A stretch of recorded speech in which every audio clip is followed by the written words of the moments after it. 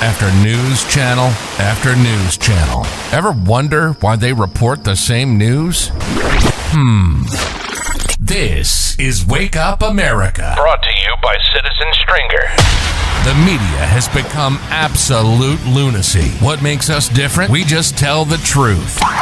Daily headlines, politics, social issues, focusing on headlines that the mainstream media ignores. Conservative to the core and honest, sometimes to a fault. Unapologetically American. Welcome to Wake Up America with your host, Stephen Oatley.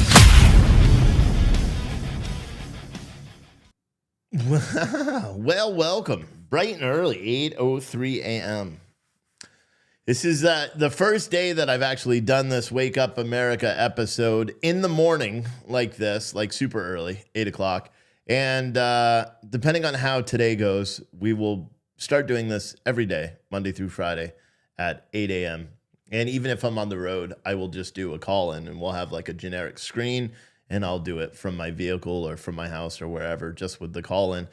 Because I think it's important that you get a daily dose of news first thing in the morning. And I kind of like spending time with my family at night. So we're going to see how this works, and then we'll go from there. Plus, I have a crap ton of orders to fulfill and stuff like that today.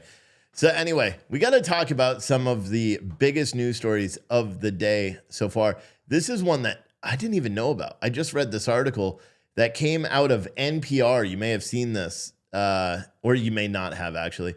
So in a reversal, the Education Department is excluding many from student loan relief. That's weird. And they kind of did this silently, I think. And this is according to NPR, too. So a remarkable reversal that will affect the fortunes of many student loan borrowers. The U.S. Department of Education has quietly changed its guidance around who qualifies for President Biden's sweeping student loan debt relief plan. At the center of the change are borrowers who took out federal money loans many years ago, both Perkins loans and federal family education loans, FFEL loans, issued and managed by private banks but guaranteed by the federal government, were once the mainstay of the federal student loan program until the FFEL program ended in about 2010. According to federal data, more than 4 million borrowers still have commercially held FFEL loans. Until Thursday, the department's own website advised these borrowers that could consolidate these loans into federal direct loans and thereby qualify for relief under Biden's debt cancellation program. On Thursday, though, the department quietly changed that language. The guidance now says, as of September 29th, 2022, borrowers with federal student loans not held by ED cannot obtain one-time debt relief by consolidating these loans into direct loans. Interesting, right? So they continue to lie to American public, and they're not. And I don't know, maybe CNN and MSNBC and all them, maybe they're publishing it out and so that the world knows, but I doubt it. An administration official told NPR this change will not affect all 4 million borrowers with commercially held FFEL loans, saying that many of the borrowers have direct loans and so could still qualify to consolidate those FFEL loans, although that detail was not included in the department's updated release. Ultimately, this administration says roughly 800,000 borrowers could be directly affected. It's unclear why the department reversed its decision on allowing FFEL borrowers with commercially held loans to consolidate and then qualify for debt relief. My guess is that the banks aren't going to make interest off it anymore. So the banks turned to the Biden administration. We're like, wait, what you're cutting all of our money out. You can't do that. That's not right. I have no idea. That's just what I'm guessing, and I think it's right. Hold on. I'm working with tech support to try to fix this Twitch issue. So every now and then I'm going to have to deal with this. So it's kind of crazy. So it's unclear why the department reversed its decision on allowing FFEL borrowers with commercially held loans to consolidate and then qualify for debt relief. In a statement to NPR, department spokesperson says, our goal is to provide as many eligible borrowers as quickly and easily as possible, and this will allow us to achieve that goal while we continue to explore additionally legally available options to provide relief to borrowers with privately owned FFEL loans and Perkins loans, including whether FFEL borrowers could receive one-time debt relief without needing to consolidate. Borrowers with privately held federal student loans who applied to consolidate their loans into direct loans before September 29, 2022 will obtain one-time debt relief. The program is now defunct and only a small percentage of borrowers have them. A small percentage, about 800,000 people are affected, which is insane. It's crazy.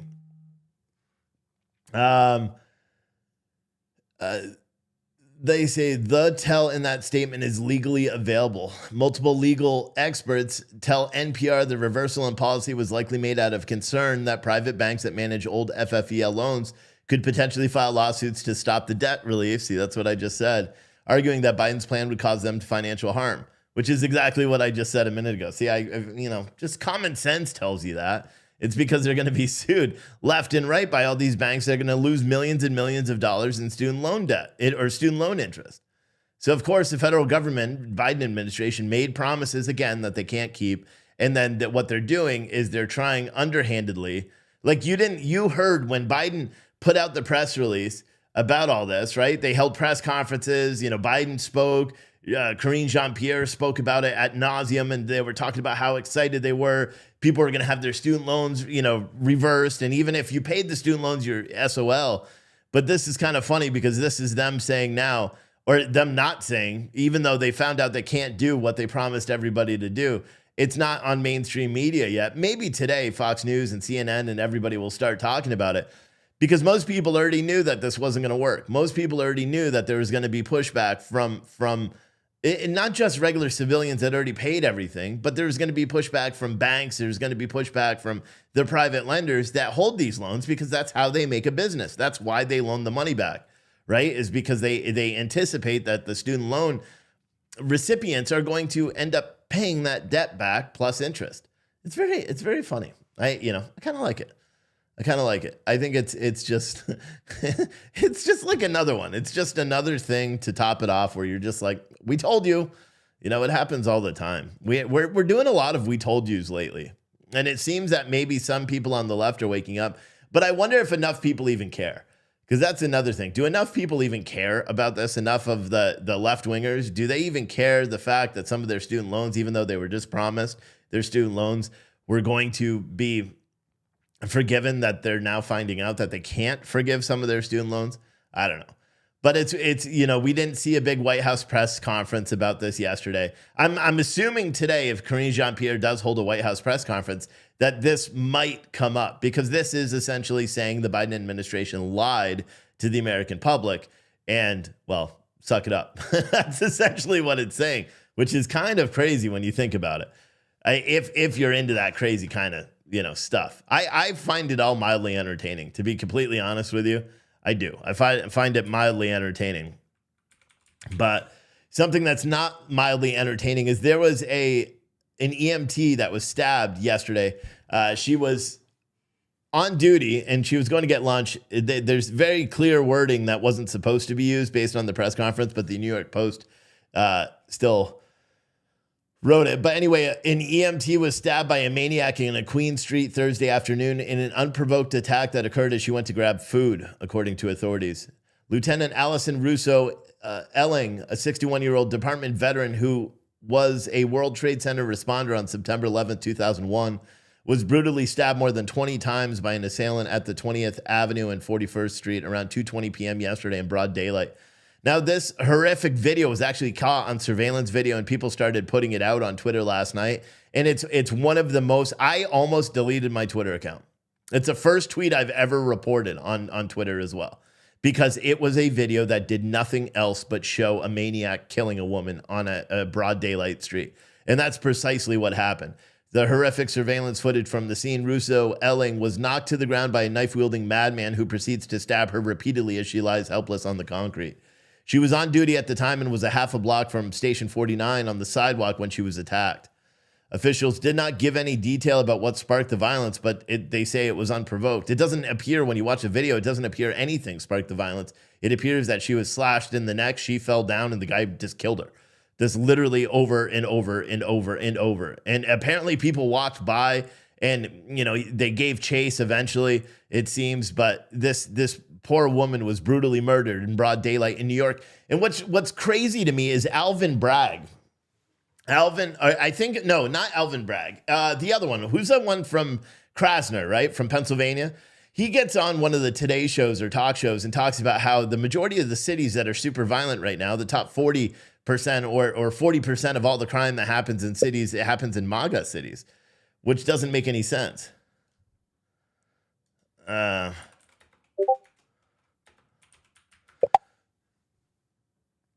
Restream is garbage, man. I hate them. And I hope you're watching the video as we're dealing with technical support. There's something going on with Twitch where it's not allowing me to stream to Twitch, and I don't know what happens. And they're telling me, oh, just try to restream directly to Twitch, which I can't because I'm restreaming it all. Whatever. It's annoying. But we'll figure it out eventually. But the Larry Krasner or whatever from Pennsylvania, he made a comment saying that the majority of the cities that were having these rise in crime were MAGA cities or MAGA states, or Democrat-controlled cities in MAGA states, which is outrageous when you actually pay attention. We do our mass shooting report every Monday. We document the crime that happens in New York City and Philly and Chicago and Los Angeles and Seattle and Portland. We do it every single day. It's literally what we do for a living. So we document these crimes every day. You get these liberal DAs and these with their progressive policing policies or progressive law enforcement policies where they continuously release criminals on the street that go to reoffend. It's almost like they just believe, and I've said this before, it's almost like they just believe they can lie to you and you're too stupid to actually do the research and find out that they're lying to you. And even though that's a harsh thing to say, it's 100% true. It seems that these politicians, they just lie to you, and they don't, there's no expectation that they have to be honest because people blindly follow him. Look at Joe Biden. I mean, look at the promises that he's done in office repeatedly over and over and over. And the fact that nobody actually cares. Nobody actually calls him out on his stuff. Sure, Republicans do it all the time, and we are dismissed, or our criticisms are dismissed because we're MAGA extremists. There's never any actual criticism that could be made that could be received, as actual criticism because everyone just dismisses it. And the same thing happens, even the local news that Larry Krasner was talking to yesterday or whenever that video came out, they also were like, whoa, look at the amount of crimes, 1,000 murders. And I believe in Philadelphia, 1,000 murders in 20 months. In Philadelphia. And they're like, well, that's not because of our progressive policy making. And it absolutely is. It absolutely is. That's why we have these rampant crime sprees going on throughout the country. That's why we have mass shooting galore in this country every single day. We had mass shootings virtually every day this week. Let's look real quick. I'm not going to go into huge specifics, but yesterday, the 29th is today. Yeah, today's the 30th. So the 29th, a mass shooting yesterday. Holy crap. I didn't even hear about this one. 5 dead. 5 dead. 5 people were shot to death early Thursday morning in McGregor, according to McGregor Mayor Jimmy Hurling.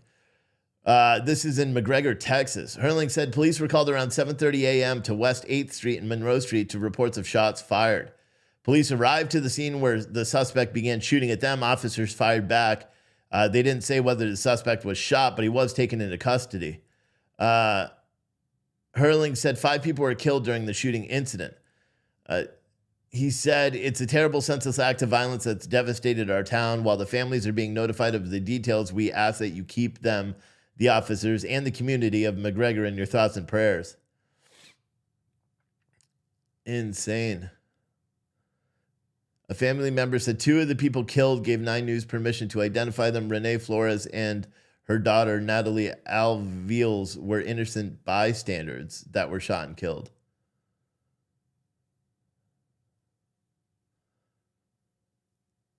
It doesn't really say anything besides them. So innocent bystanders. So this was a massive active shooting. We don't even have any suspect information available. How the hell? April, did you? You're probably not even awake yet. April, did you? Oh, you are. You're in the chat already. Did we know about this? I didn't hear about this yesterday. Everybody's been talking about the hurricane. I didn't even know this happened. It's insane. She probably already wrote an article on it yesterday because she's on top of it. Anyway, on the 28th, there were 4 mass shootings across the United States, all of which were likely in Democrat cities. Baltimore, Maryland, yes. Oakland, California, yes. Uniontown, Alabama, there was a mass shooting, 5 people injured. In Columbus, Ohio. Oh, so we didn't even write about it. We didn't even know about this, that mass shooting. That went way under the weather. That's something we should look into because they haven't said what it was. Was it a true mass shooting as mainstream media defines it, or was it a family thing? It seems that innocent bystanders, including a child, were shot and killed as a result of this. So I want to find more about it. Putin is about to sign the documents, apparently annexing, the 2 places. Here's the thing. I think a war with Russia is inevitable. I think it's what America wants. No, sorry, I take that back. I think it's what Biden's America wants. That's why they keep providing financial aid. We're going to become too financially invested in the success of Ukraine to not get involved militarily, is what I personally believe. Now NATO is condemning, or NATO has said that Russia, that was a huge segue, but whatever. We'll talk about Russia in a second. Well, I'm going to make fancy overlays and shit as the show evolves. You bear with me. But anyone that doesn't know, this is what morning coffee does to you when you have Pure Truth coffee in your wife's coffee mug, which is now your favorite coffee mug. But yeah, mass shooting galore yesterday as well. Or on the 28th, 4 mass shootings, 1 in Oakland, California, 6 people injured, 1 in Uniontown, Alabama, 5 people injured, 1 in Columbus, Ohio, with 5 people injured, 1 in Baltimore, Maryland, with 4 people injured. On the 27th, there were 6 mass shootings. So what is today? Friday. So on Wednesday of this week, there were 6 mass shootings that occurred. Okay, Jacksonville, Florida had a mass shooting, 4 people injured. Goldsboro, North Carolina had a mass shooting, 4 people injured. Chapel Hill, North Carolina had a mass shooting, but that may have been downgraded. It says 1 person was killed, 2 others injured. So that may not be a mass shooting. New York City, New York had 4 people injured. And in Queens, New York, also on the 27th, 4 people were injured as well. And it just keeps going on. The 25th, on Monday, there were 2 mass shootings, 1 in Hammond, Indiana, 1 in Harrisburg, Pennsylvania. And that's so far. So just to put that into perspective so everyone understands just how crazy this is. 1, 2, 3, 4, 5, 6, 7, 8, 9, 10, 11, 12, 13 mass shootings so far in the past 5 days. Weekdays across the United States. But that's fine. Democrat, politicians, Democrat lawmakers can all say we don't have a problem in Democrat cities when 80% of all the shootings, or 75% of all these shootings, these mass shootings, are taking place in cities where guns are heavily restricted, right? Where progressive policy making is allowing criminals to get back on the street, where it's not a gun possession by an illegal felon isn't being, punished. And they're just continuously allowing these repeat offenders to reoffend because of their progressive policy making. You know what I mean? And it's going to continue happening. There's nothing, because nobody cares. Like, there's a video surfacing on social media yesterday, and it shows a bunch of people, kids in Chicago, all with guns and handguns and all that stuff. Chicago is one of the most restrictive states with gun possession. Right? In terms of permitting and stuff like that, these kids are able to go buy guns on the streets. The guns aren't legal. The guns have been stolen. So what Democrat policymakers want to do is they want to restrict the legal ability to own guns, so that way to curb people from committing the violence, to curb people from doing B&Es and stealing the guns, because they can't go after the people that have the guns, because then it would be racial profiling and everything else they say. That's literally the truth. That's literally the brass tack of it. They feel if they can delete your ability to own said gun, then they don't have anything to worry about. Then you don't have anything to worry about. It's insane. Someone said all those guns had full auto switches on them. Yeah, I don't even know. I don't even know what that looks like.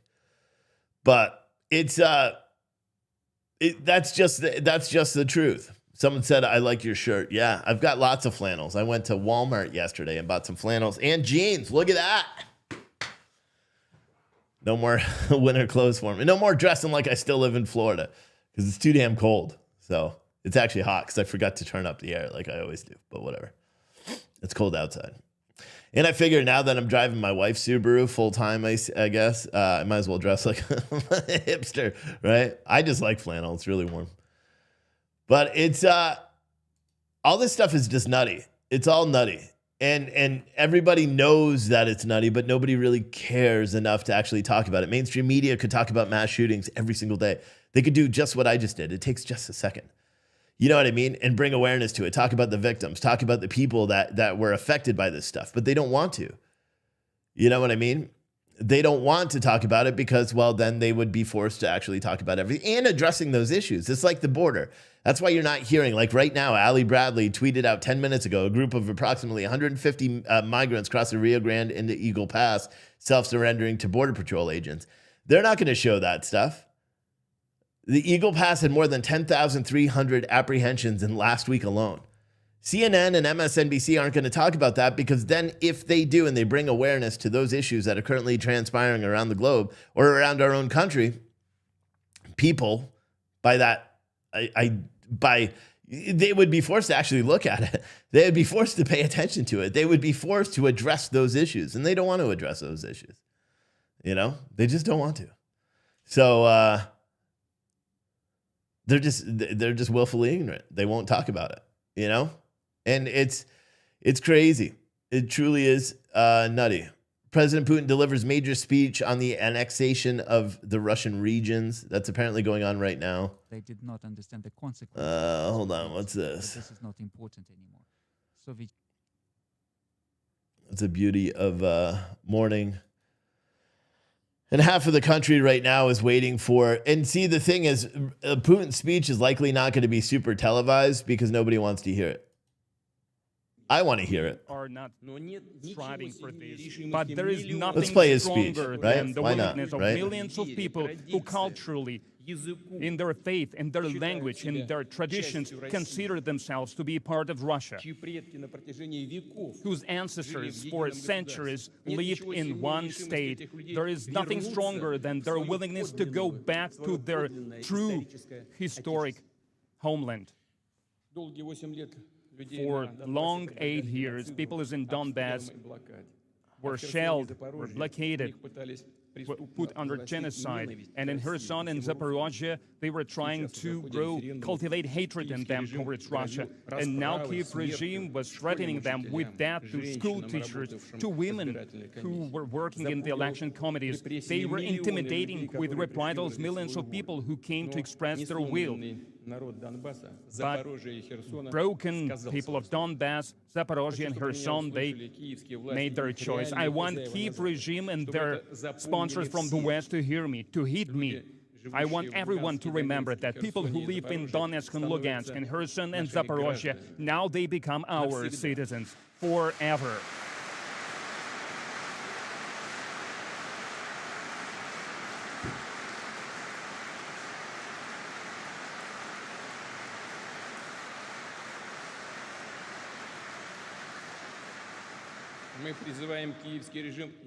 We appeal to the Kiev regime to cease fire immediately, all the hostilities, the war that they started back in 2014, and to go back at the negotiations table, because we are ready to do that.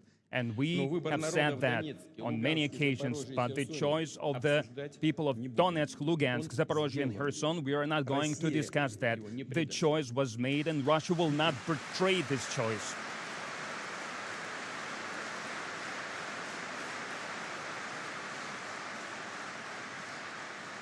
And the Kyiv authorities, they should see this expression of will with respect. And that's the only way we can reach a peaceful solution. We will protect our lands with every means we have at our disposal. And we will do everything to provide safety for our people. This is the great liberating mission of our people. We will restore destroyed cities and towns, schools, hospitals, theaters, and museums. We will restore and we will develop industrial enterprises, infrastructure, factories, social and pension support, healthcare and education. And of course, we will raise the level of security together. We will make it so that people in the new region felt the support of the entire people of Russia, of the entire country, of all the republics, of all the regions of our great homeland and vast homeland.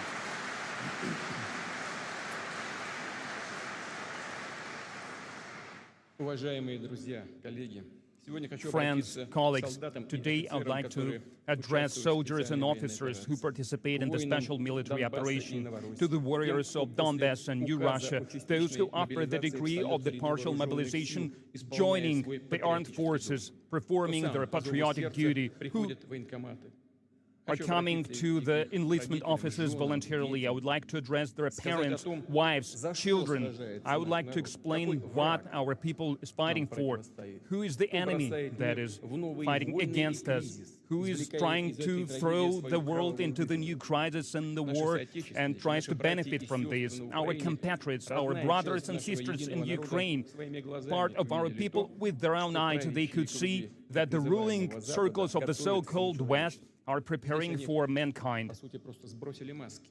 Basically, проявили now свое истинное they лицо. threw away their masks, После and we can распада see their Советского real Союза faces, я their подчеркну, true что faces. миру, After the всем collapse нам of the Soviet навсегда Union, the придется West мириться decided с that его диктатом. all of us will have to Тогда, в follow their dictate. Back 1991 then, in году, 1991, Запад рассчитывал, the что West Россия thought that от таких Russia, потрясений уже after не this kind of оправится shock, и will дальше never recover, развалится сама по себе. and Russia will Это почти continue to произошло. Мы же помним follow the path 90-е, of collapse. And it страшные almost 90-е happened. годы. We all remember these Голодные, horrible холодные, 1990s, Но full Россия of famine устояла, and hopelessness. возродилась, But Russia окрепла, withstood. вновь заняла свое It достойное was место в reborn, мире. it got stronger, При этом and it Запад took всё its это время place искал in и the world. продолжает And the искать West новый шанс have been ударить. looking for the Ослабить new и chance развалить to Россию. attack it, to make it чем всегда weaker, мечтали. to destroy Разградить Russia, наше государство. something they were Стройить dreaming между about, собой to народы, dismember our обречь их country, на нищету и to вымирание. put the ethnicities against Им each просто other. не дает покоя, что в мире есть Something такая they великая, can remain огромная peaceful страна about, с that ее there is so территорией, great, природными big богатствами, country with all its ресурсами, natural с resources, народом, its который natural не умеет riches, и with the никогда people не будет who жить will в never чужом live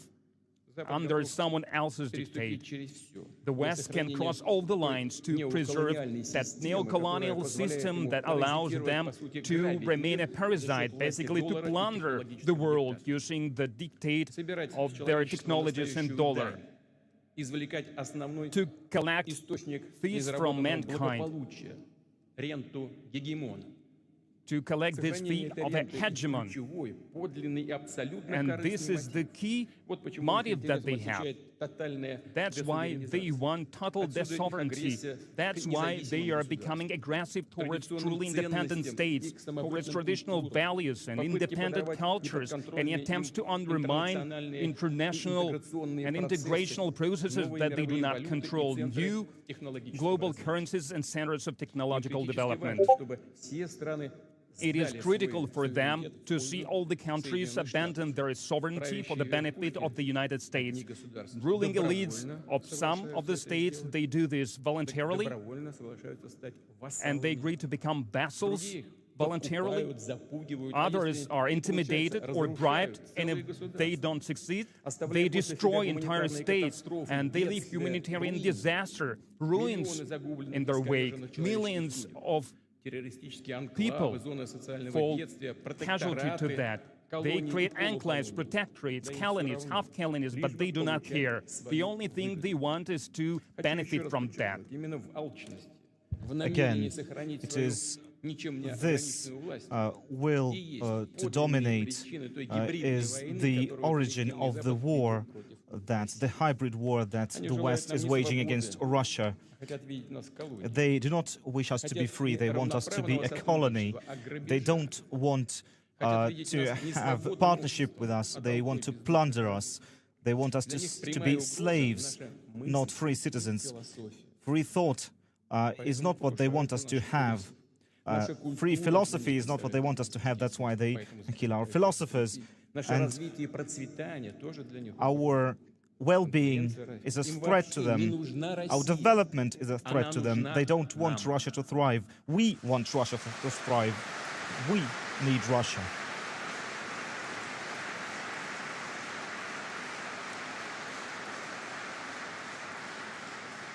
Хочу напомнить, что претензии на мировое Again, господство в прошлом уже не раз разбирались о Attempts мужестве at и world стойкости. domination have Россия been всегда будет thwarted many times by the great Russian people, and now again we will protect our people and our values. Our enemies believe that they will not have to suffer the consequences of their actions, that there will be no ramifications, but that is not true. All the agreements that had been reached before on global security or agreements between governments are no longer respected or valued. Many of our former leaders actually listened to our Western enemies and decided to give up their weapons, their power, their everything. They listened to the lies and they believed them. And that led to what is now called a rules-based world order. What rules are we talking about? Who agreed on those rules that the West proclaim? These are all lies. These are all double standards and hypocrisy. They take us as fools, take us for fools, and Russia is a civilization of thousands of years, and we will not live according to someone else's rules.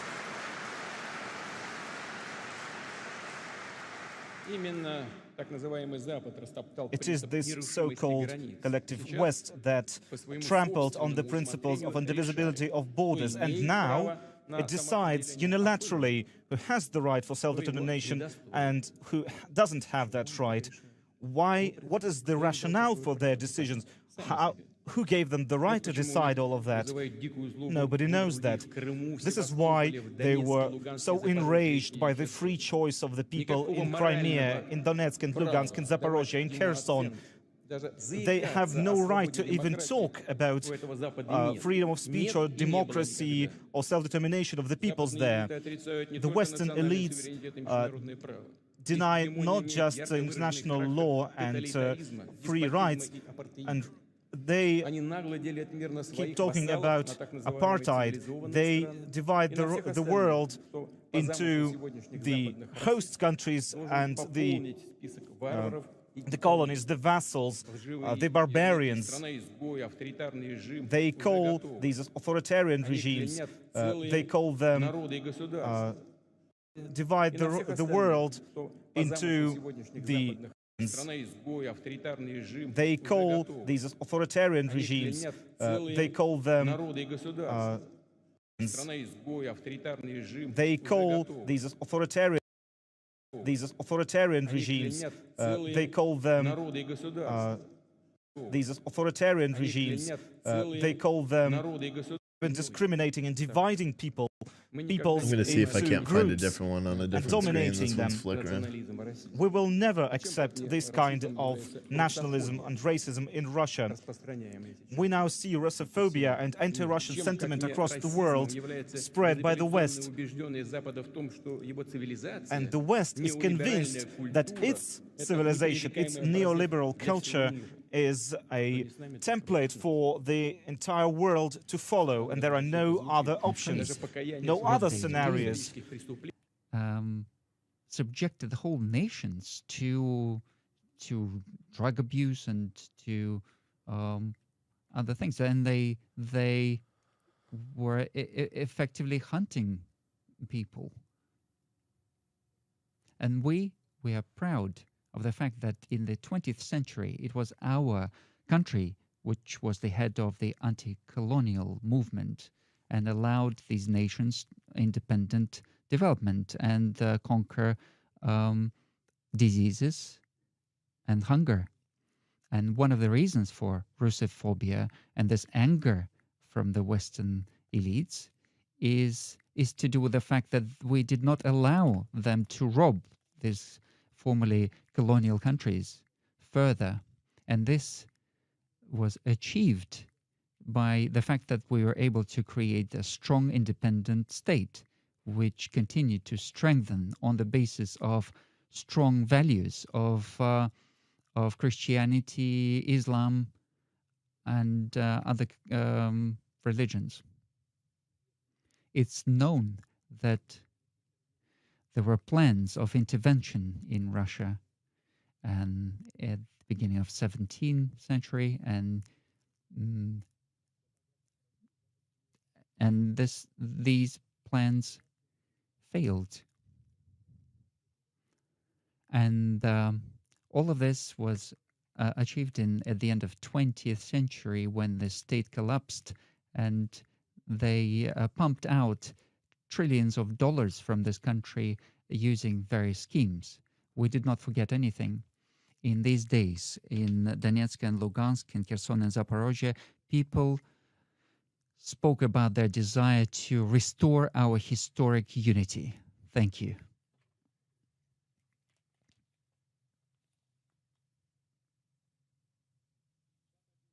Western countries for centuries have been talking about um, their their desire to bring democracy to other countries, and this is completely opposite.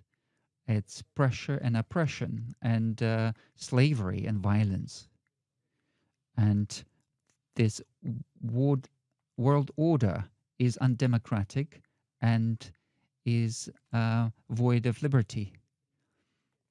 U.S. is a country that used nuclear weapons twice.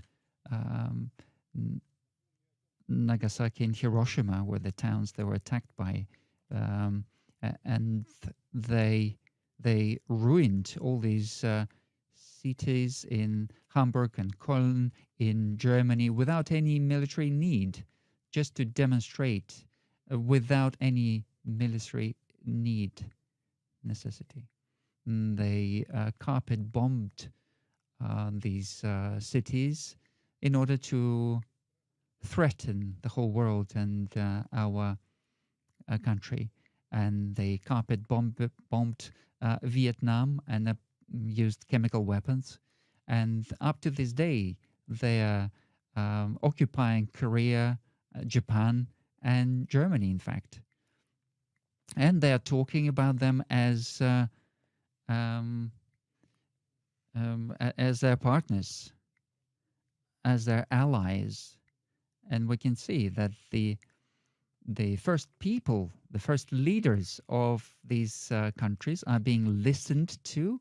They bug their offices and also their homes, and we can see that these countries just accept that, and they're developing chemical weapons and experiment on people, and they believe this to be noble causes, and they provoked today's large movement, immigration movement, through their actions. Now they are transporting wheat out of Ukraine. Where is it going? Under the pretext of ensuring food security for the poorest countries. Where is it actually going? It's going to Europe. Maybe 5%, less than 5% goes to the poorest countries. Again, this is just fooling and deceit. American elites, in essence, are using the tragedy of these people in order to weaken their competitors, in order to conquer the national states.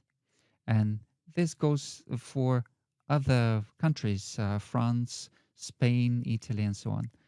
And Washington is asking for more and more sanctions, and majority of European leaders simply agree to this.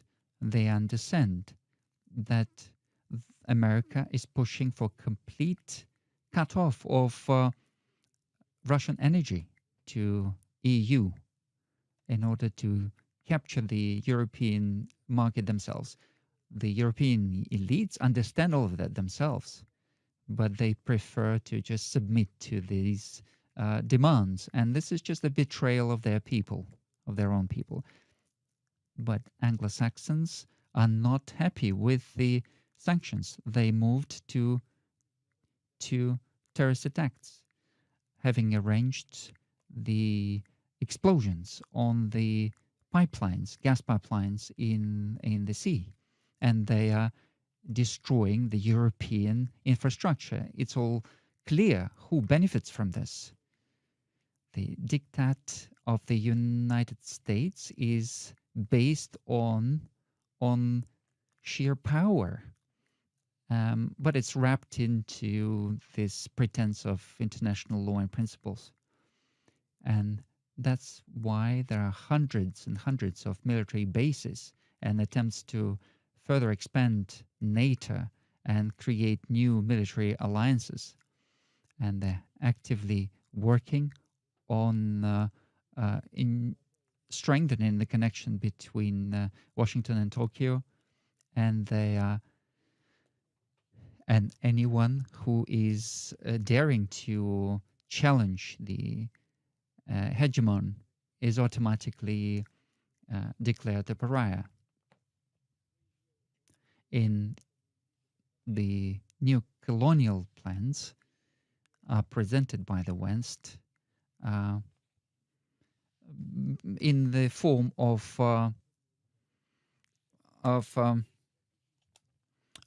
trying to contain other countries. But what that actually means is undermining any sovereign centers. We talked about containment. We know about containment of Iran, China, and other countries. We know that the current partners and current allies of the U.S. We know that whenever the U.S. doesn't like something, they introduce sanctions against their allies or partners. This is what's happening in practice, and this will continue. In the crosshairs, they've got everyone, including our closest neighbors, CIS countries. They started the sanction blitzkrieg against Russia, and they thought that they would order the whole world around using that. However, not everyone is excited about that. We see that political masochists and other people who like these non-traditional political relations, they refuse to cooperate with Russia, and we see that the West has the habit of brute force and trying to capture everything. But then they are frozen in the past. And this creates this concept of exceptionalism. But it also creates the culture of information starvation in the West. They have drowned the truth using very aggressive propaganda, like Hebels. They say that the larger the deceit, the more people will believe it. They are printing money, but you can't feed anyone with this money. You cannot warm your homes with this money. What's very important is what we just said. You cannot feed people with this printed money. You need to have food. And this inflated capitalizations will not be able to feed anyone either.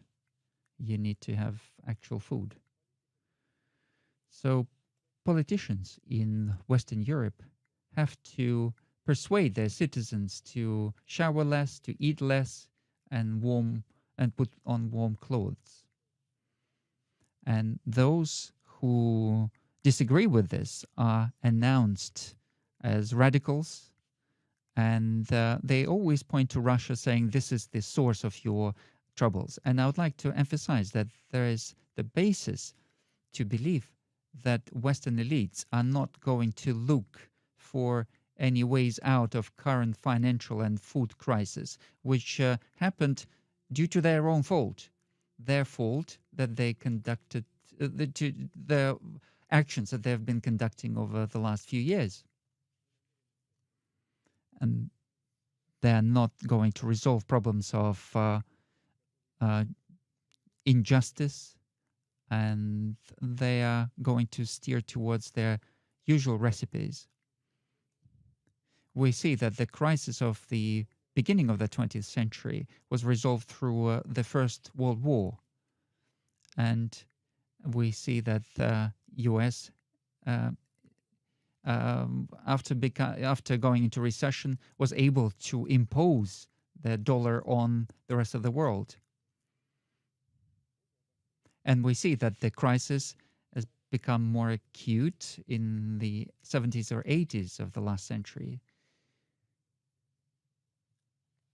And we see that they have used and abused the resources of the disintegrated Soviet Union.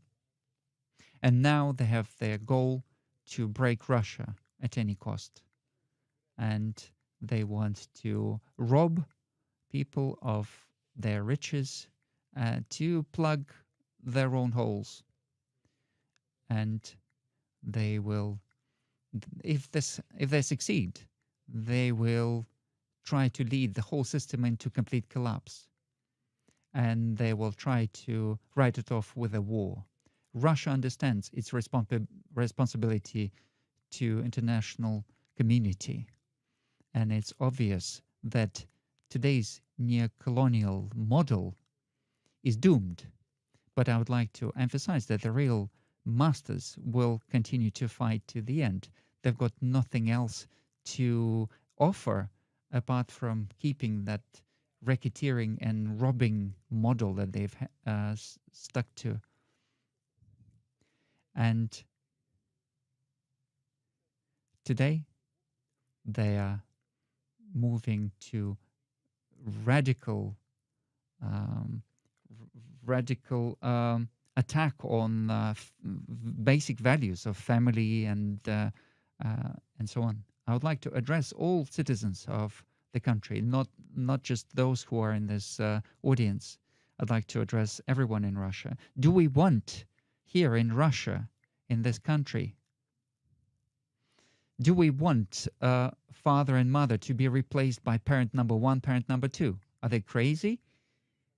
Do we want in our schools, right from the early age, so the children are being advertised all these sexual deviations and so on, and where they're offered to change their gender and so on? Do we want any of that for our country? None of that is acceptable to us. We have our own future. The dictature of Western elites is aimed at subjugation of people of their own countries too. Everyone. Complete denial of people's rights, and they are moving towards the open Satanism.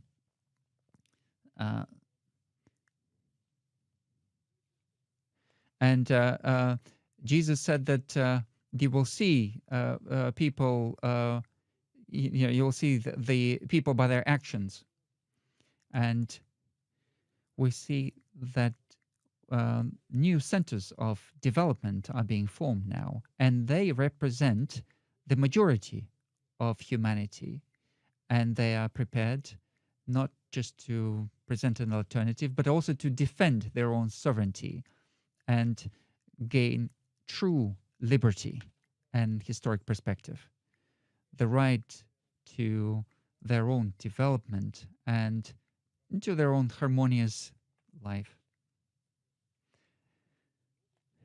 We've got a lot of people who support us, including in the US, and we feel their support in various societies and countries. We have the movement that is being developed now, that is developing anti-colonial freedom movement.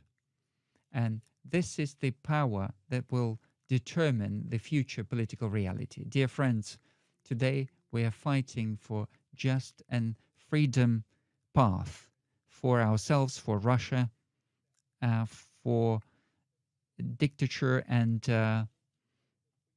imposing of the will is left in the past.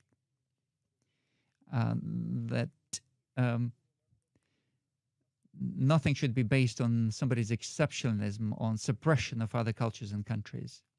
We have to turn over this page. The destruction of this Western hegemony is irreversible. The world will never be the same. And we're called by this history, by our faith, to fight for historic Russia.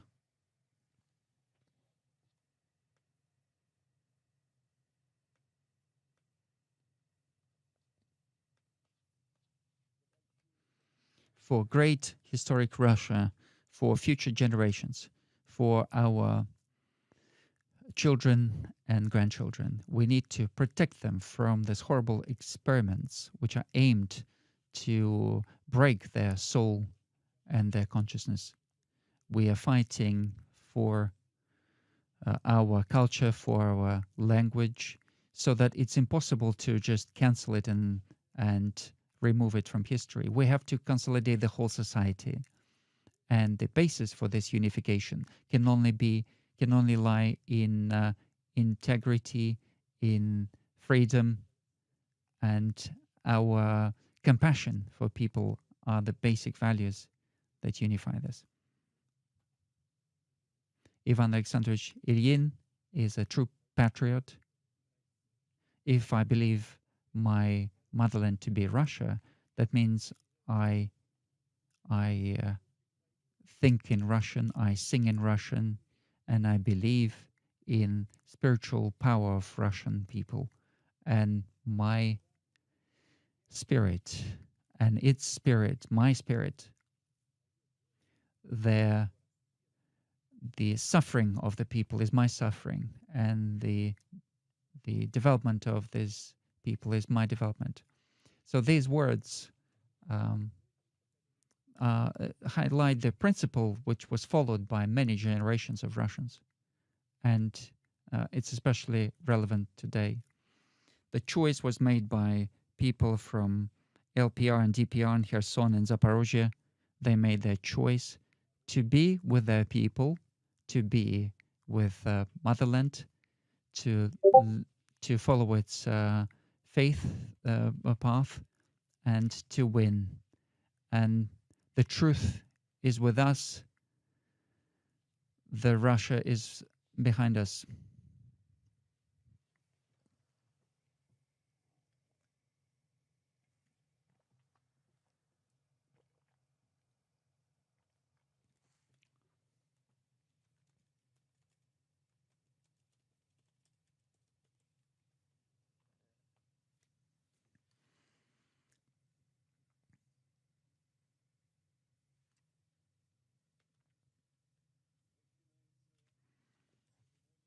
This ceremony of signing of documents is about to begin.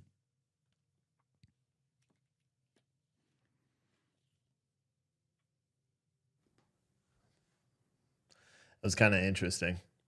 I don't care who you are right there. That was kind of interesting. So now they're doing the ceremonial signing of documents. I suppose I could keep that up on this page. They're doing a ceremonial signing of documents now, which you could see on your screen there. One of the things that's kind of crazy is all the while, President of the Russian while he was Federation. talking, I was thinking of different things, right? So I'm thinking about, well, one, he was saying a lot of things that are currently relevant in our own society, in terms of how we are treating our own citizens or allowing them to, identify as acorns and stuff like that, just as long as it fits. And it's been that woke ideology, right? So this was essentially a speech, from what I heard, against woke ideology, right?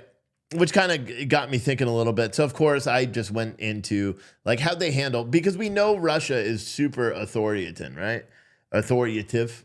So I decided to look into like how they treated COVID and lockdowns. And surprisingly, they got a lot of criticism from American media for their handling of COVID, because while they did do lockdowns, they didn't do them, as long as we did. They didn't mandatory, vaccinate people, and, they did put rules in place where you had to get vaccinated, but there was no harsh punishments or even criticism of people that faked their vaccination cards. So I thought that was kind of interesting. And then I started thinking longer or more in depth about some of the stuff here. And I'm like, look at this speech and the fact that American media is not covering a speech, even though we talk about Ukraine daily on American media. We talk about Ukraine every single day and the war between Russia and how Russia's big and bad and evil and stuff, right?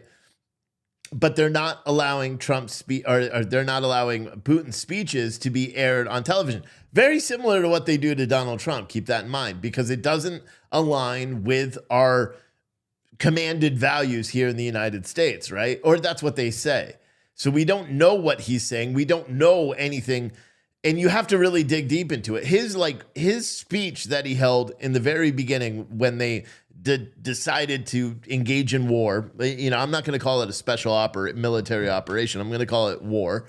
When they decided to invade Ukraine, they didn't talk about his speech. They dismissed a lot of the things, like the fact that these communities that are all signing to become part of Russia right now with the special referendum, all these communities, all these neighborhoods or these provinces within Ukraine, they've been being attacked by Ukraine for 8 years, right? Because the people that live there are, consider themselves to be Russians, whereas in Ukraine, they consider them to be Ukrainians.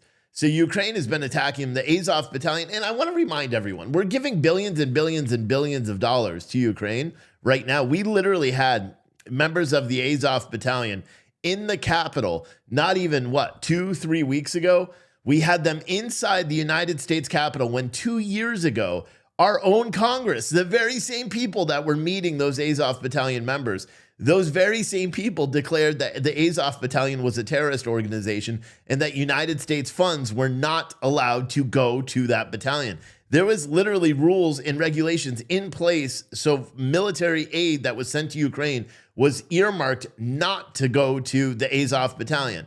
Now, because of racism, because of Nazism, because of all these allegations that the United States found in 2020 and 2019 that were relevant then. But as soon as Putin made a statement saying that the reason why they were going after these countries or these provinces in Ukraine, and the reason why they were working to free them was because they were tired of their people being attacked. They were tired of the mass suicides. They were tired of the genocides. They were tired of the Nazi attacks and all the same stuff, which also aligns with everything our own Congress put into place in 2019, which is the craziest thing ever. We can listen, but they're not saying anything. They're just standing there statuesque. But isn't that odd? Isn't that odd that the United States would go through such measures to try? And here's the thing.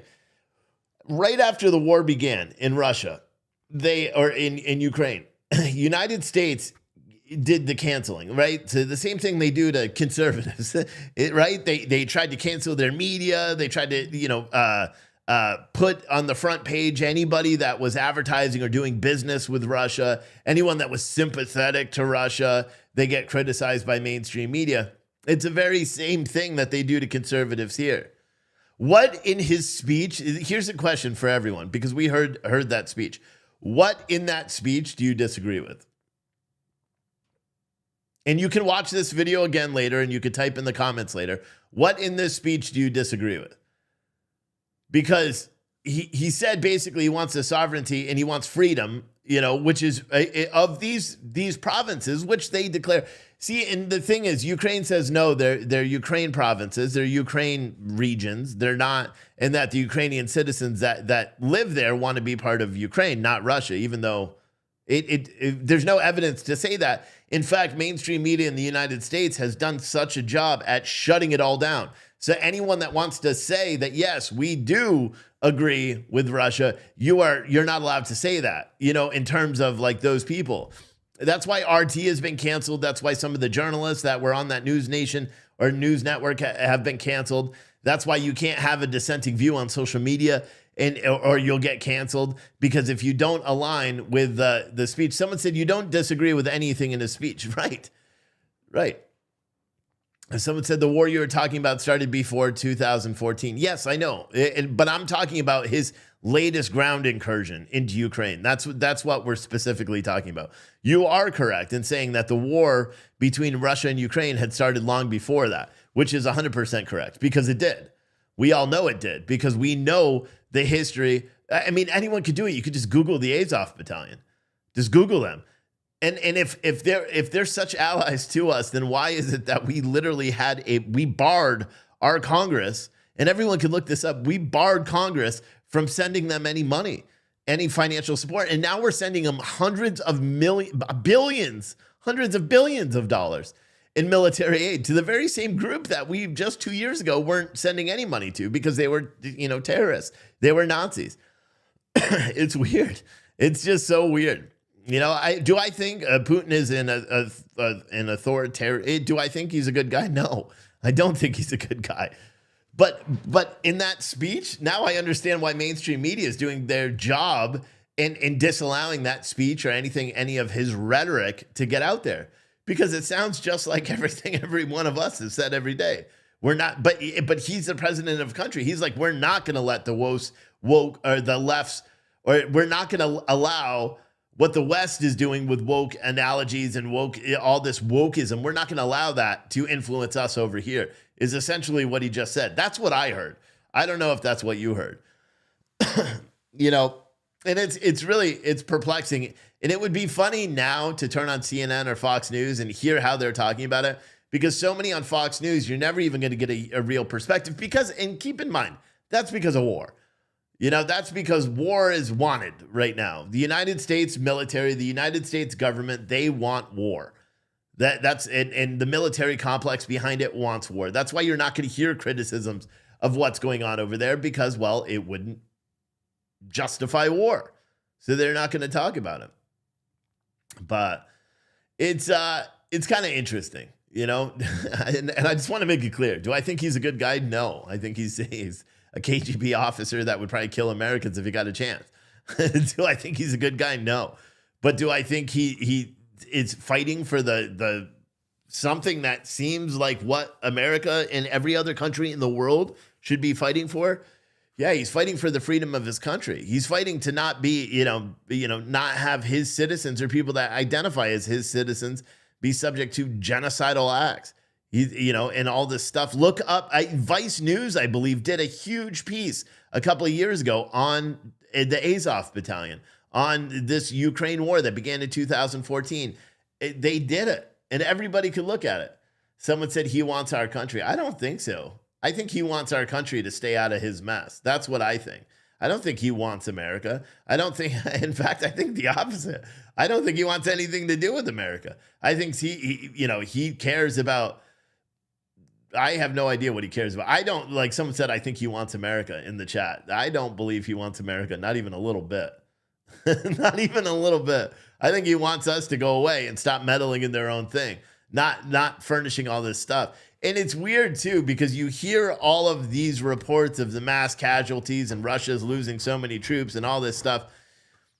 Why in a free country did we ban a news, state-run news? We have our own state-run news. Our Fox News, CNN, MSNBC, those are state-run news outlets. We already know that. They get government funding. They push the propaganda. So what? Fox News goes after Joe Biden for rambling on stage or for walking into a wall or falling on an escalator. They're still state news. They're still not putting out stories because advertisers don't want them to. They're not putting out stories, or they're taking money, COVID money, to push the vax conversation on everybody all the time. We already know that. That's evidence. So why is it that the United States and our big tech companies, like Google and Twitter and all these companies, have banned RT and have banned other Russian news outlets from showing their perspective on what's going on in the war? Why are we being force-fed one perspective? And if you guys can figure that out, then you're going to understand, okay, well, we're not finding out the truth. We're not being given the truth of what's going on. Do you know what I mean? It's very weird. That's at least my perspective. That's at least how I view it all. I just think that the United States government is deliberately hiding what is truly going on between Russia and Ukraine, because if we know the truth, then America's not going to be behind it. As you know, everyone right now is wearing the Ukrainian flag.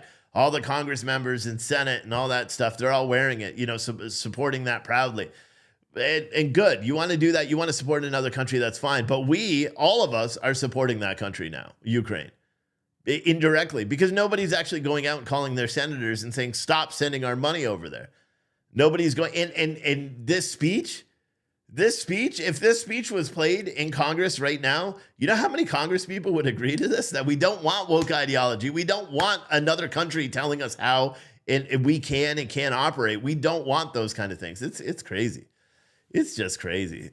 Someone said no cell phone video in Ukraine. Not a lot. Not a lot.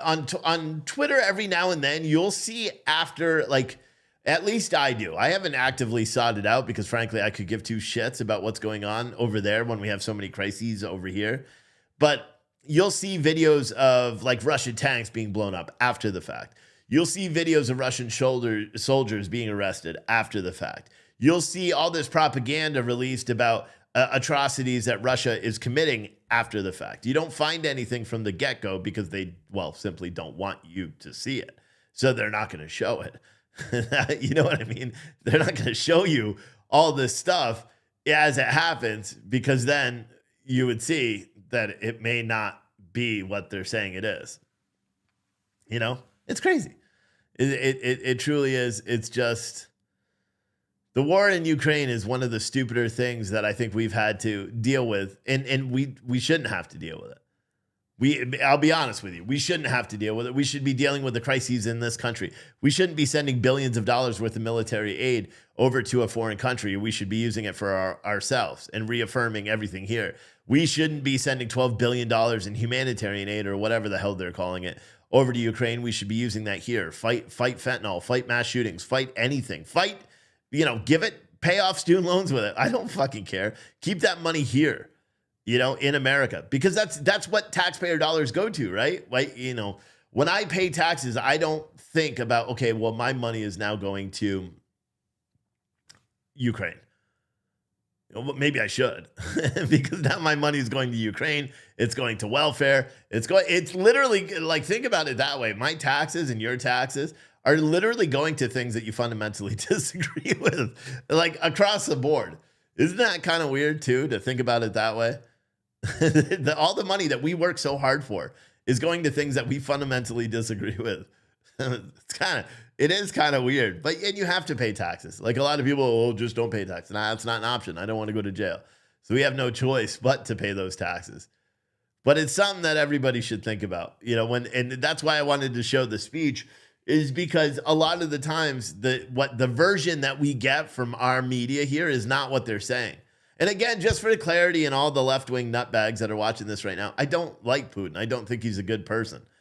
But I think a lot of the hyperbole around this thing, around this between Ukraine and Russia is just that. It's all fake news.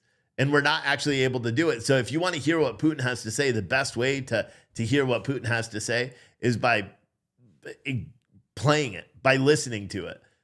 His own words, not some going back through CNN trying to be like, well, Putin said this and this and this, because a lot of the same stuff. I know that they'll make connections to Donald Trump and MAGA Republicans and things like that. I know there will, because even Putin in his speech, he said there's a portion of America that agrees with us, that they don't want, woke ideology, because he said we don't want, people assuming their own genders and stuff like that. And he's like, there's a faction of the West that agrees with us, which he is right, because there is but make no mistake, fuck that shit. Okay. I'm still an American too. I would die for the country, this country, even though I don't agree with how we're doing anything right now. Do you know what I mean? So I hope Putin isn't like, whoa, you got a bunch of these freedom lovers in America. They're going to side with us. The fuck we are. I'll speak for all of us. The fuck we are. This is still our country, and that shit isn't going to happen. So I want to make that perfectly clear. Someone said Ukraine is a fake country, fake government put in place by the same MFers who stole our TV, who own our TV. I thought you said stole. And that made the Wuhan bub the same people who stole. Yeah, I can't read all your comments. Yeah, I see what you're saying, but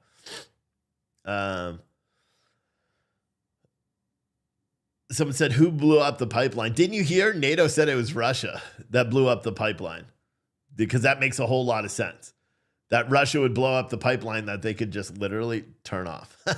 Like, I don't know. It's like saying Donald Trump would incite a mob to storm the Capitol to stop what he wanted them to do, which was object to the electorate. It's almost like that. It almost makes as much sense as that. Because that doesn't make any sense either. Why would he want a riot to stop challenging the electorate, which is what he wanted?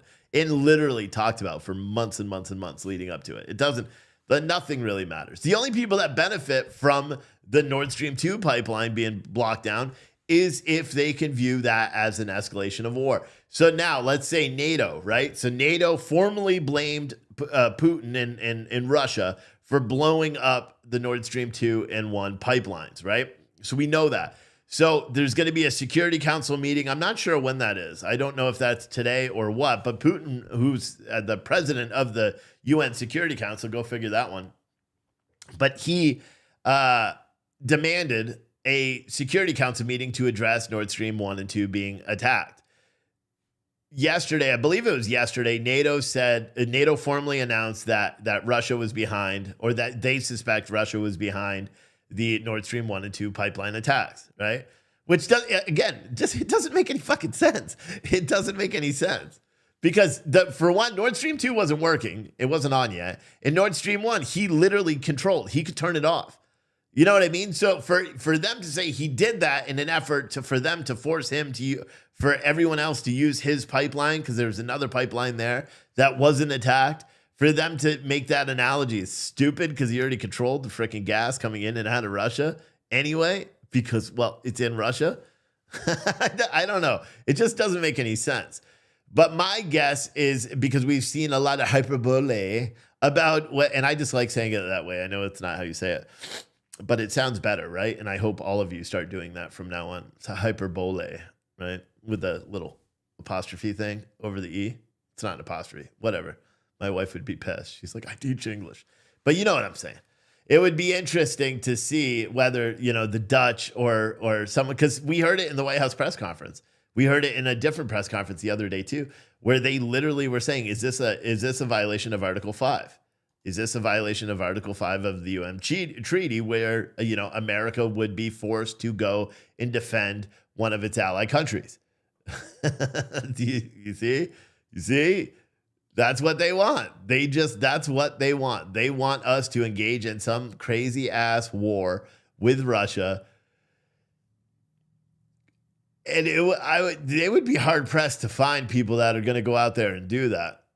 At least if you ask me, you know what I mean? To go out to defend our country. Yeah, it would be weird. I don't even know. It would just be crazy. The whole thing would be crazy. Border Patrol apprehended 3 Iraqi terrorists in El Paso. Did they really? I wouldn't be surprised. So what's that, 81? We're up to 81 now? I don't know where that article was. Let me see if I can find it. I'm sure it's on Fox News. They like that. Hyperbole. Hyperbole. I love that word. It's not even a real word when you say it like that. The hurricane is now barreling down on the Carolinas and Georgia. Hurricane Ian, which was hurricane when category 4 when it hit Florida yesterday or 2 days ago. It then was downgraded to a tropical storm as it crossed half of the country.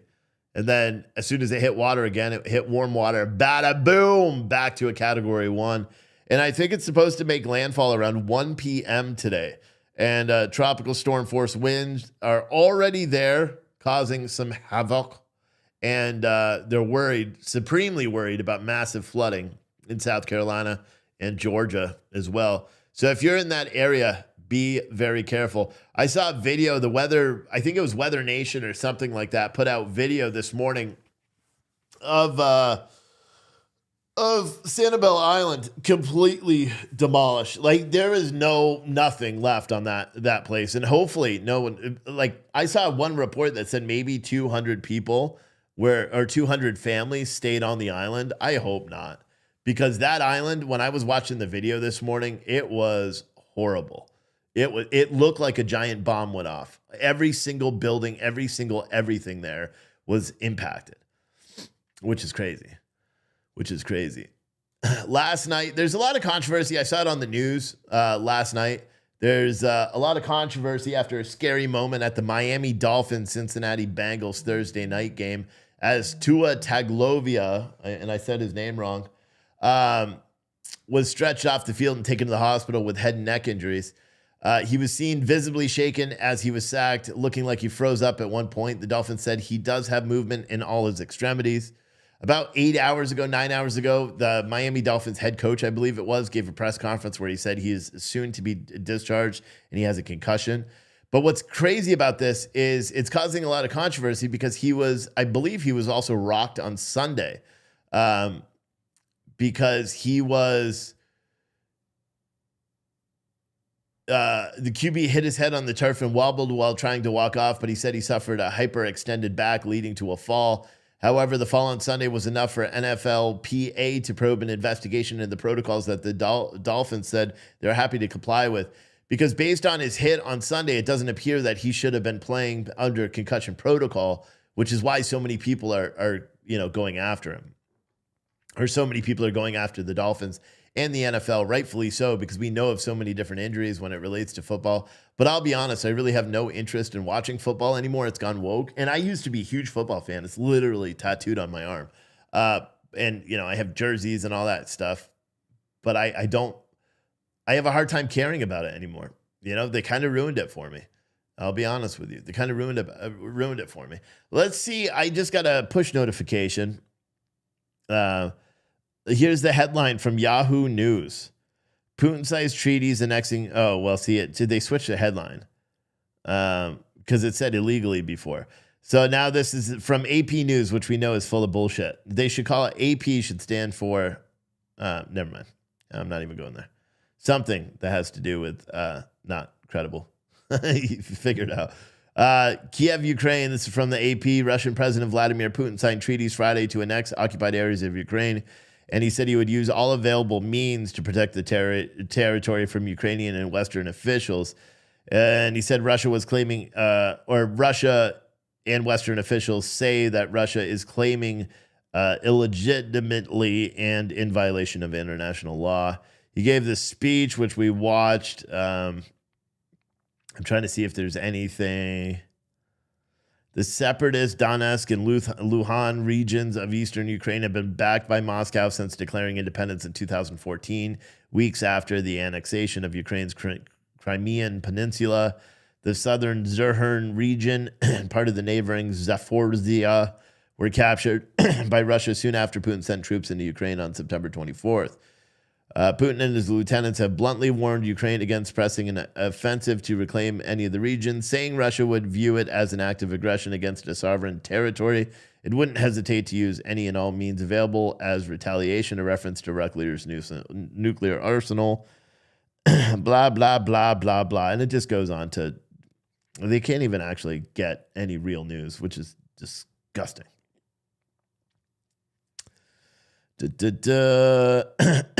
Here's some good news. You want some happy news? Trevor Noah is leaving the Daily Show, getting off the TV, so that's good. Excuse me. Shit. What time is it? 9:21. Oh, I haven't taken a break. I need some coffee. Let me take a quick commercial break, and I'll be right back. Don't go anywhere. Oh, by the way, if you like this new morning show and you want me to keep doing it every day, throw a Cash App, Super Chat, not Super Chats, Cash App, Venmo, PayPal. It helps us to keep the lights on. Plus, it shows me that you like the show. Even $5, like it's something small. 20 of you guys do $5. Boom, I made $100 for the day. I'm happy with that. Can we get a Cash App challenge right now? Challenge accepted. Anyway, I'll be right back in approximately a minute and a half. I work for a federal agency. I've been doing this job for over 23 years. When I come home from work, what's rewarding to me is that I know that I'm out there serving and protecting the citizens of the United States. My job can be dangerous. There's conflict, aggression, and sometimes life-threatening situations. On June 12th, 2018, I was patrolling near a mountain range and I heard a noise in the gravel. I turned and I saw 2 muzzle flashes. It was clear it was an ambush. I was shot 6 times. Getting shot feels like 1,000 needles penetrating your body. I felt immense heat, and then later the pain kicked in, and I had to do everything I could to save my own life. I survived because I was wearing my body armor. If not, my wife would be a widow, and my daughter wouldn't have a father. Spartan armor saved my life.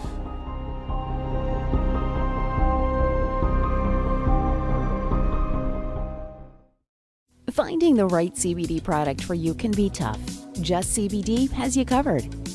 We offer the highest quality, most consistent CBD gummies on the market, with soothing 100% organic CBD in every mouth-watering gummy.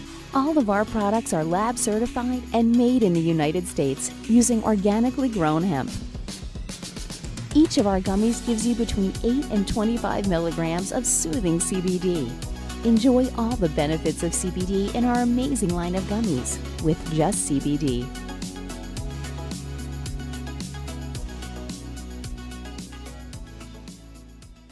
Well, welcome back to Wake Up America. I want to thank the invisible people who sent cash apps.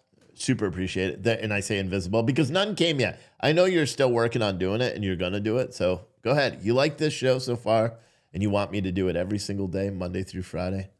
Send a little something, something.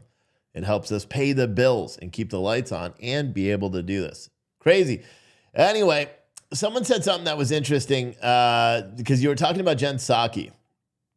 And she appeared on MSNBC this weekend.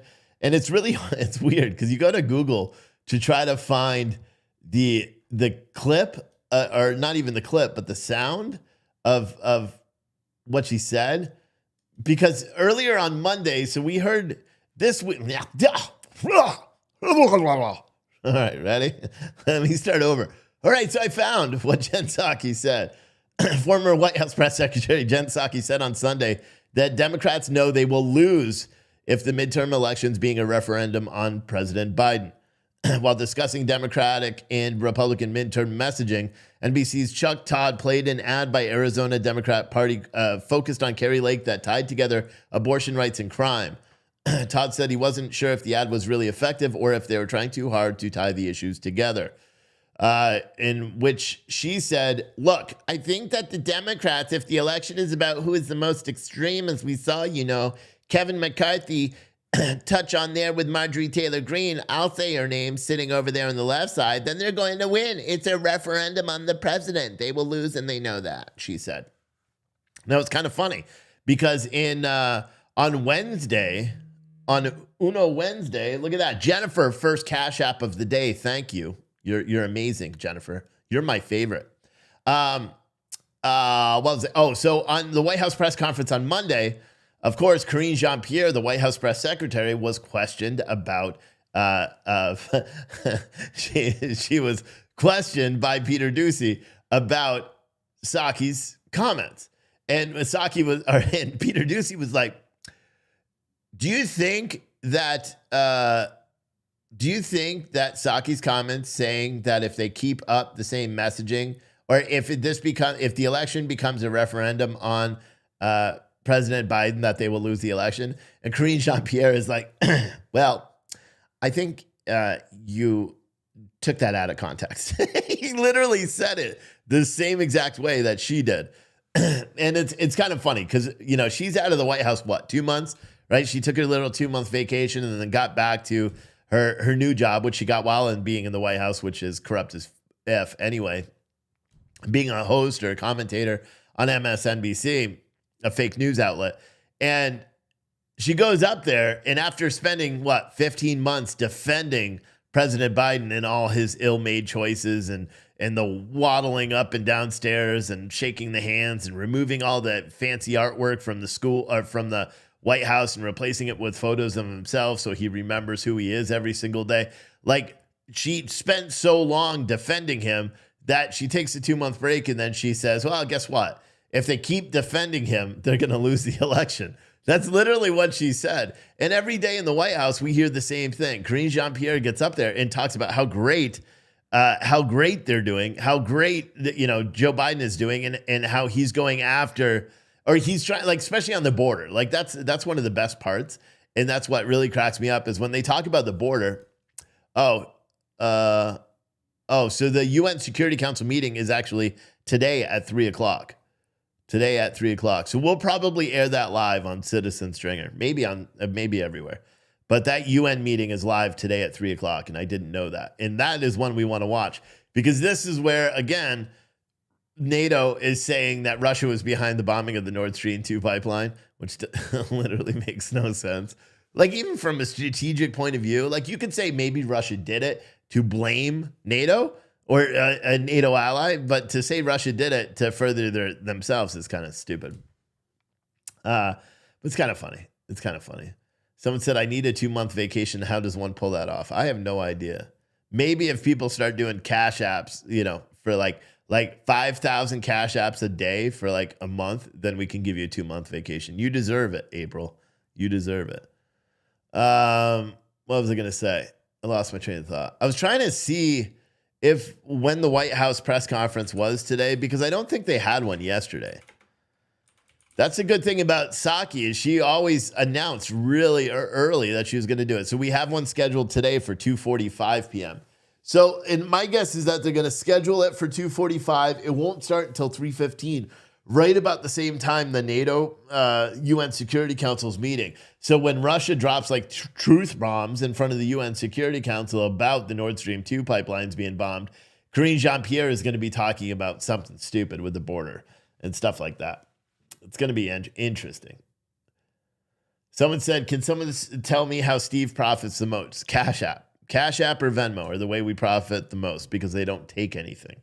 If you buy coffee, which is great for us, we buy the coffee. Plus, I'd prefer nobody really makes any coffee orders until Monday. That's what I'd prefer because I'm spending all weekend trying to get caught up on all these orders once and for all. Today, I have to pack more K-Cups. These are the first 2 K-Cups I ever made. These are French roasts. So we have our Pardon la French available in K-Cups now because people have been wanting them. Actually, all of our K-Cups. I'm gonna have everything packaged except the Awake Not Woke and except the Flying. Well, no, I will have Flying High in K-Cups, but we're out of stock in Flying High in 12-ounce bags. Yeah, it's pretty good. Pretty good stuff. What else was there? Russian consulate vandalized in New York City this morning. Wow, look at that. It was definitely vandalized. It was definitely vandalized. That was this morning in New York City. Very, very crazy stuff. This whole thing, everything is just crazy. What's happening every single day in this country? It's kind of crazy. Well, this morning's show was kind of a spur of the moment thing. I didn't really think about doing it until approximately 7:52 this morning, and then decided I would do it. So what I plan to do, I like doing it in the morning. If you can't tell, I have a little bit more energy in the morning, so I kind of like it. So I'm going to, someone said Patty said Marcus is in Washington, not the sex offender. I don't care. I don't listen, nobody has to send me shit about the 10-4 DC. Nobody has to send me shit about 1776 restoration movement anymore. I don't care. F all those people. Okay. This isn't a channel where we're just going to go back and forth arguing with other streamers. I don't want to do that. Nobody likes that kind of content. Right? And if you do like that kind of content, go watch Oreo Express. He does it all day. I just don't like that. At 8:30 this morning, I believe DeSantis didn't he give an update to the press? Maybe we can watch that, even though it's late. Because I believe he was supposed to give a press conference at 8:30 this morning. Is he doing it right now? He is. All right. So what I'm going to do is I'm going back a half an hour. All right. And we're going to, look at that. So it's exactly a half an hour. So I'm going to run this for a half an hour. And then this is the latest update coming out of Florida. It's currently live now. We're going to play this live for you. And this is going to close out this show. I will see all of you guys with a live episode. I'll probably do one this weekend sometime. you're going to see a lot more uploaded content starting this weekend. Okay, both on Citizen Stringer and this. And at 10, guys, on Citizen Stringer, if you watch there, you can watch this whole thing again at like 10:05. Right? It takes me like 5 minutes to download and upload it. So as soon as it's uploaded, you'll watch it on Citizen Stringer, our 24/7 network, shortly after that. Okay? All right. So anyway, I'll still be here. Who am I kidding? It's like I'm leaving. This is an update on what's happening in Florida.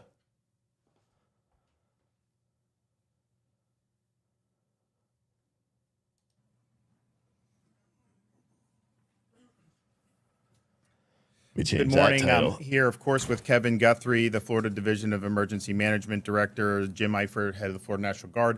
Also pleased to be joining Grace Check from FEMA is our FEMA administrator, Deanne Criswell. So we appreciate her coming down, and we really appreciate FEMA's responsiveness to this disaster. So thank you very much, and thank you for being here. You had people immediately descend onto the scene, particularly in Southwest Florida. There's life rescue, making sure people are okay, following up on any type of calls, and there's been really a Herculean effort. There's also the assessment, of what's been damaged that's going to impact the entire community. And of course, the power is a big issue. There are people that are working. I think Lee and Charlotte have about 15% restored. There's going to be able to be some more restored likely in the relatively near future. There is going to be some that's going to require some rebuilds. And so the utilities, FP&L's was down there first thing. They understand that and they're prepared to do it. The other issue with Lee County that they've asked support from is they had a water main break for their county water utility. That means that the county does not have water at this point, and you need that to be able to function in society. They've requested support from FEMA, and then FEMA was able to provide the Army Corps of Engineers, and they were on the ground after Kevin called them, I think at like 3 a.m. yesterday. They were on the ground from Jacksonville all the way down to Southwest Florida in the afternoon. They've been working to assessing that situation. We also have Florida National Guard personnel standing by to help the Army Corps if they need it. But at the end of the day, that is something that will be very, very critical to be able to get that back. And it may require more of a rebuild. Maybe it require some more short-term remediation. They're going through that. But that's clearly a top priority. And we're thankful that FEMA and the Army Corps are there helping out. We have, obviously, there was a lot of folks in affected areas that evacuated. Some did shelter in place. As of last night, we've contacted over 20,000 Floridians that filled out a shelter-in-place survey on floridadisaster.org. Over 10,000 have responded, and all 10,000 said they were safe. And the state sent the first alert late last night and are expecting more responses this morning. Cell phone connectivity is sparse in some areas and sometimes it's easier to get out a text message. So the process has been streamlined. There's now a standalone site to report your location. So if you're having issues contacting your family via phone, and if you're sheltering and want them to know you're safe, there's a website, missing.fl.gov, missing.fl.gov.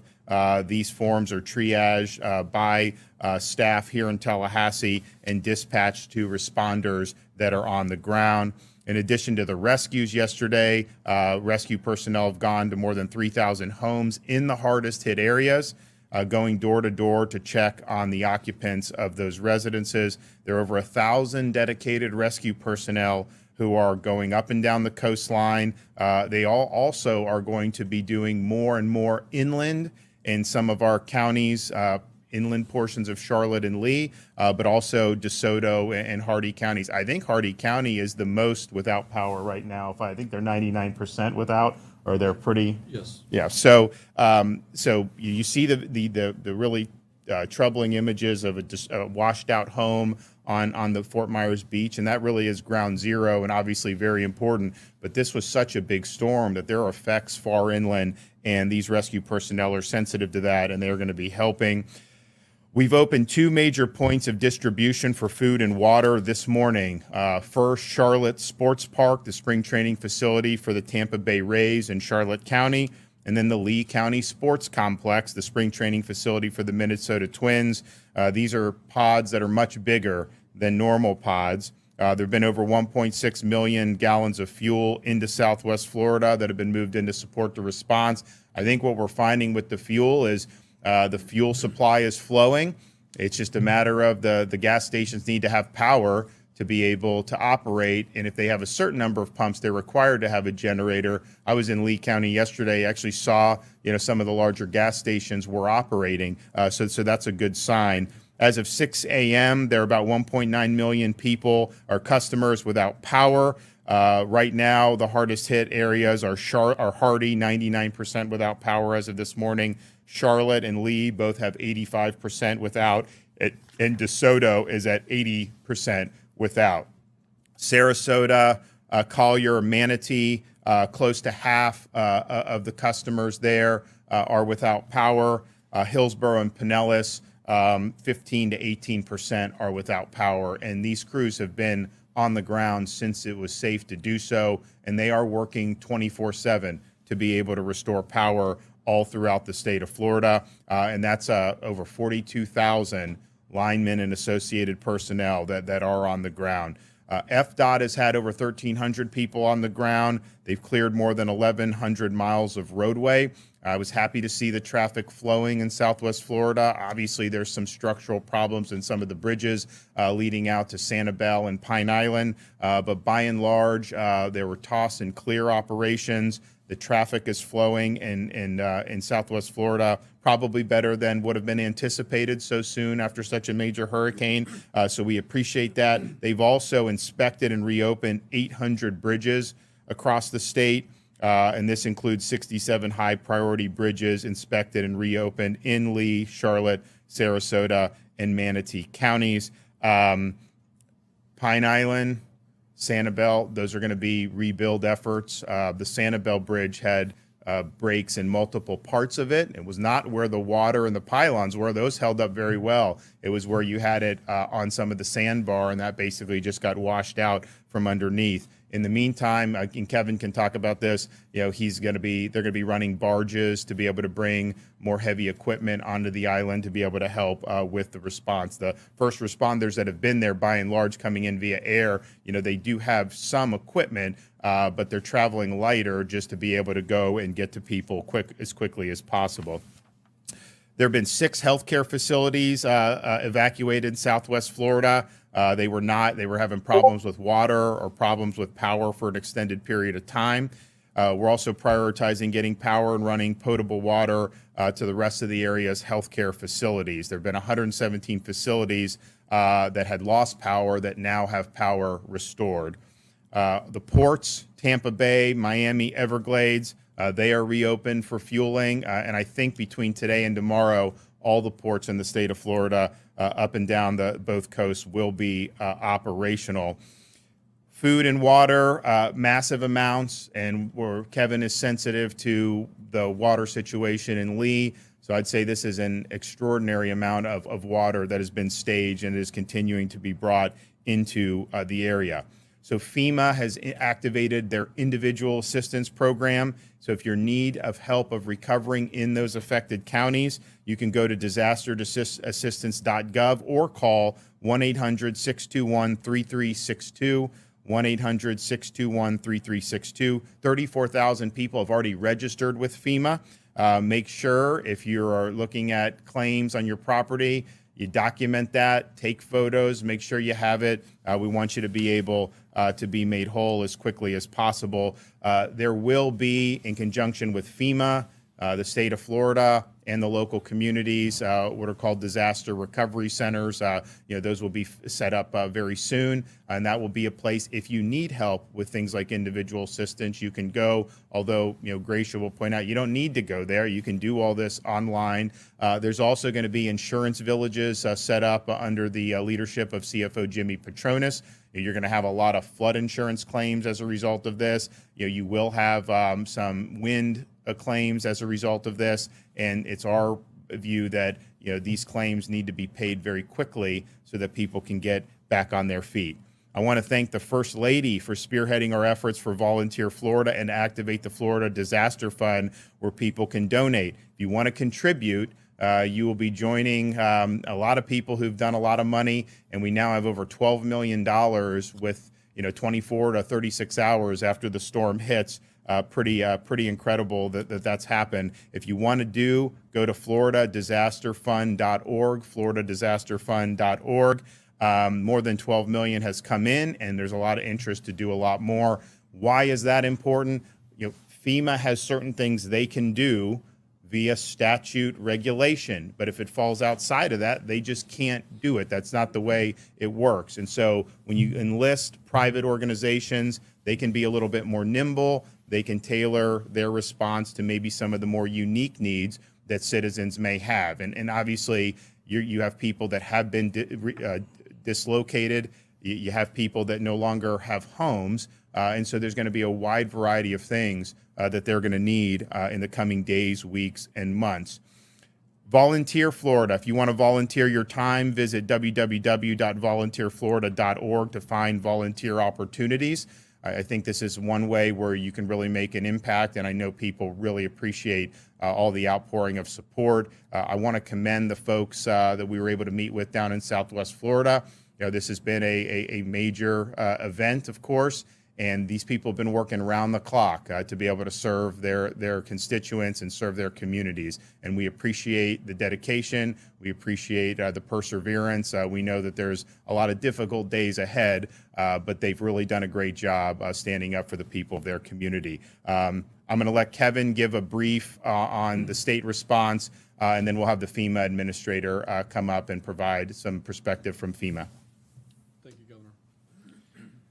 So I'll obviously thank you, the governor, but I want to thank the agencies represented here to my left, especially Gracia, FEMA Administrator Deanne Criswell, Captain Rooney, and Admiral Brendan McPherson from the United States Coast Guard, others that are not here that are certainly on that floor behind me, Lieutenant Colonel Miller from the U.S. Army Corps District out of Jacksonville, Colonel Booth out of Jacksonville, and many, many other federal partners that have certainly helped us here.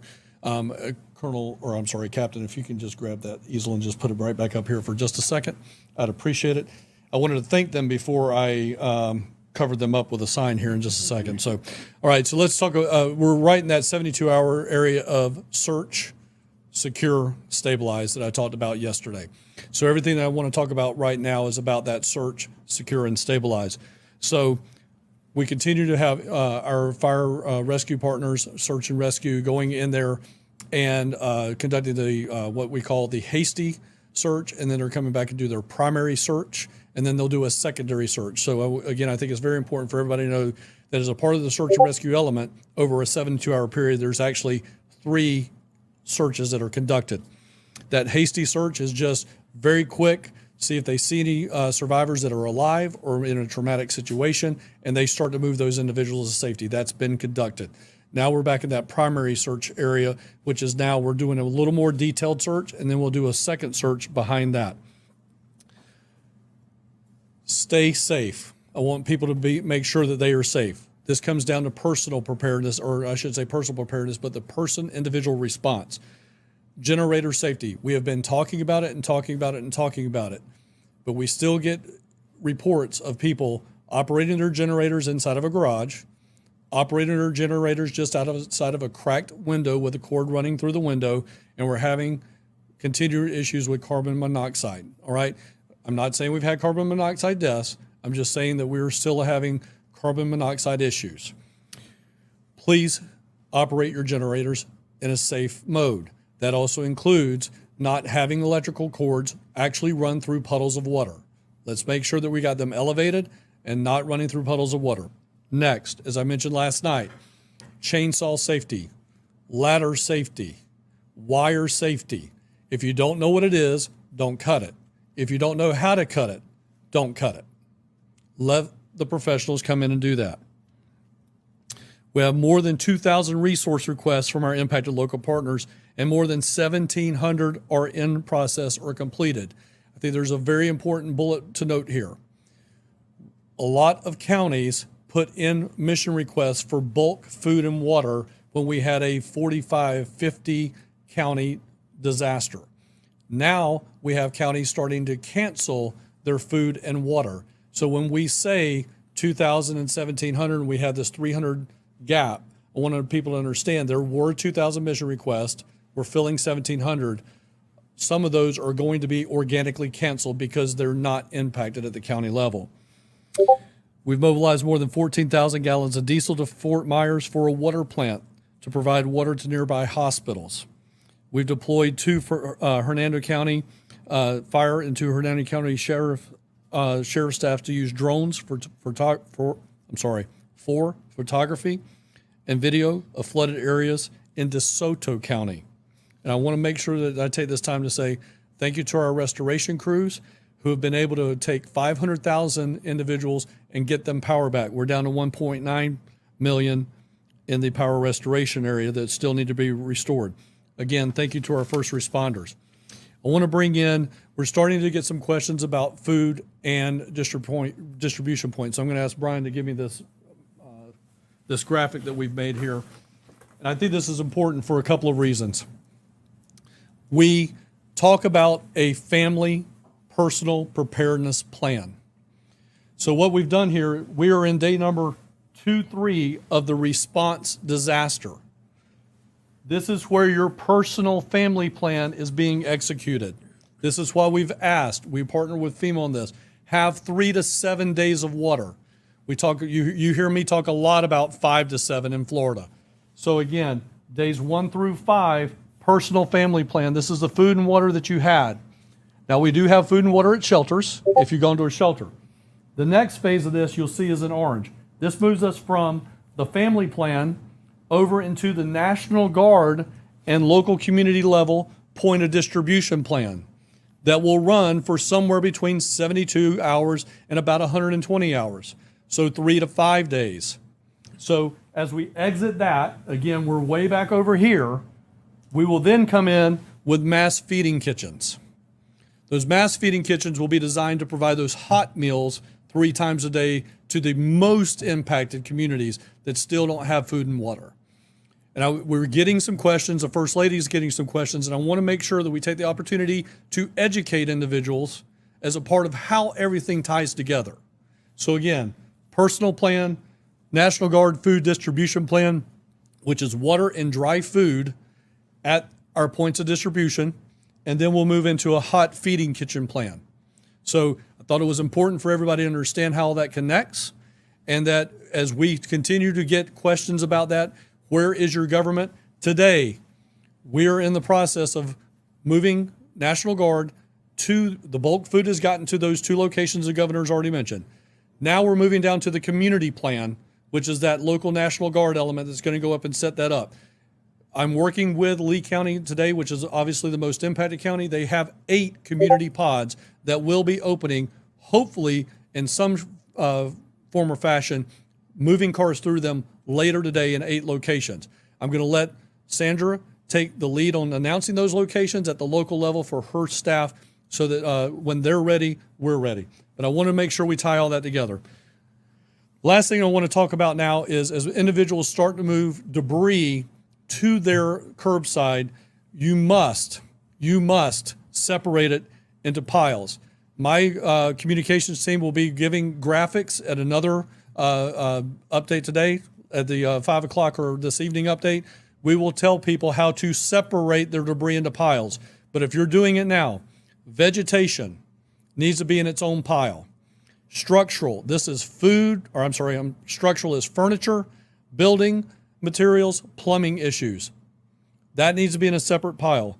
Then we call it household hazardous waste. These are your cleaning supplies, your batteries, your pesticides, anything that's hazardous goes into its own pile. Electronics, TVs, computers, things of that nature go into its own pile. And the last pile is what we call white goods or appliances, need to go in a separate pile. So again, recapping, that's vegetation, structural, household hazardous waste, electronics, and appliances. As always, when moving stuff, if it is too heavy, get help. These are absolutely avoidable deaths and absolutely avoidable injuries. Get people to help you. We have many faith-based community groups. We have Team Rubicon, individuals willing to help you to get that stuff to the roadside. So please be safe. Use gloves, use goggles, make sure you're wearing boots. Make sure you look for power lines that may be mixed up in all of this debris. Thank you for allowing me to do a little extended briefing today and provide you a little more detail. We'll be back this afternoon with some more information. And as always, Governor, thank you very much for your leadership. Okay, Administrator, floor is yours. All right, thank you. Governor, thank you first for allowing me to join you here today. And I'd also like to recognize my regional administrator, Gracia Check. She has been on the ground since before this storm hit, working side by side with Director Guthrie.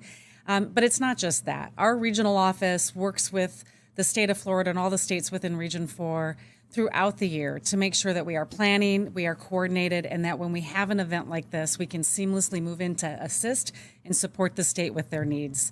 What we have done prior to landfall is we did stage a lot of search and rescue resources to support the great efforts that have been happening here in the state of Florida. We have those resources available as the state needs it. And we've also begun to move in food and water into those points of distribution to support what you just heard from Director Guthrie and the governor. What I want to say is we are here to support. FEMA is here to support these ongoing efforts right now to continue the life-saving missions that are still ongoing, but also to begin to support the recovery mission. As you heard the governor say, the president did declare a major disaster declaration for individual assistance as well as public assistance. Public assistance is going to allow us to reimburse a lot of the costs for the first responders who have been doing an amazing job, allow us to reimburse some of their overtime costs for all of the work that they've been doing to stabilize this incident. And on the individual assistance side, right now there are 13 counties that have been designated for individual assistance, but we will add more. As we continue to do assessments and it has been safe to go into those neighborhoods, we will continue to add more counties so individuals can apply for assistance through FEMA. And I just want to reiterate how you can do that. You can go to disasterassistance.gov. You can go to you can call 1-800-621-3362, or you can go to our FEMA app. I also want to let people know that we are going to have teams of individuals that are going into the shelters to help them register for assistance. Right now, we know that many people are away from their home. They may not have access to the internet. They may not have access on their cell phone. And so we're going to send teams to go into the shelters to begin that recovery process for them. Governor, I just want to commit to you, and on behalf of the president, we are here to support this recovery. We know we're still in a very active response stage. We're going to go into the stabilization, but we've already started planning for what the recovery is going to be, because we know that this is going to be a very complicated and complex recovery. We want to make sure that we have the right resources. So I appreciate the opportunity to join you today so I can see firsthand what some of the needs are. I've brought recovery and response personnel with me to make sure that we are bringing the right resources to support the governor's needs and what his concerns are. So thank you very much. Okay, any questions? Governor, I got two quick ones. First of all, do we have an update on casualties? And second of all, obviously you're meeting with the administrator today. What are you asking for? What does the state of Florida need from FEMA? Well, I think the number one thing that we needed, that they provided, which was the Army Corps to support Lee County and their water situation. Critical to get that infrastructure back up and running. You look at this storm, obviously there was really significant damage, but you also have a lot of folks who had minimal or maybe no damage, and getting them back, make sure they're in their homes, they have the running water, the electrical, all of that is going to make all the other efforts so much better. So we appreciate that, but I think that is probably the number one priority. Kevin, would you say that that's probably the number one priority? And the Army Corps, they're the subject matter experts, and so hopefully they get a diagnosis and then they can plan and the county can go in and fix it. I'll let Kevin talk about the other. So where we stand right now on fatalities is, I'll break this down by county. We have one confirmed fatality in Polk County.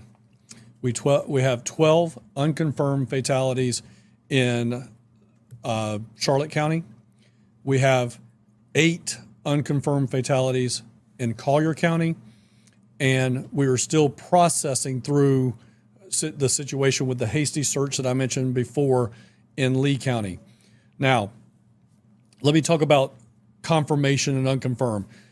people die in disasters that have nothing to do with the disaster, right? So the medical examiner is the one that makes that determination. They are the lead agency at the local level to determine when they investigate that this is either disaster related or not disaster related. If it is determined to be disaster related, you've heard the governor and I talk about this now for about 3 or 4 days, there is a direct death, in other words, storm surge, rising water, things of that nature, or indirect, the stuff that led up to it after the fact. So with that being said, we have 12 unconfirmed fatalities. In Charlotte County, we have 8 unconfirmed fatalities. In Collier County, we have 1 confirmed fatality. In Polk County. So that brings us up to 21 total. We do have an identified situation that was done during the hasty search of some fatalities. We do not know exactly how many were in the house. And let me paint the picture for you.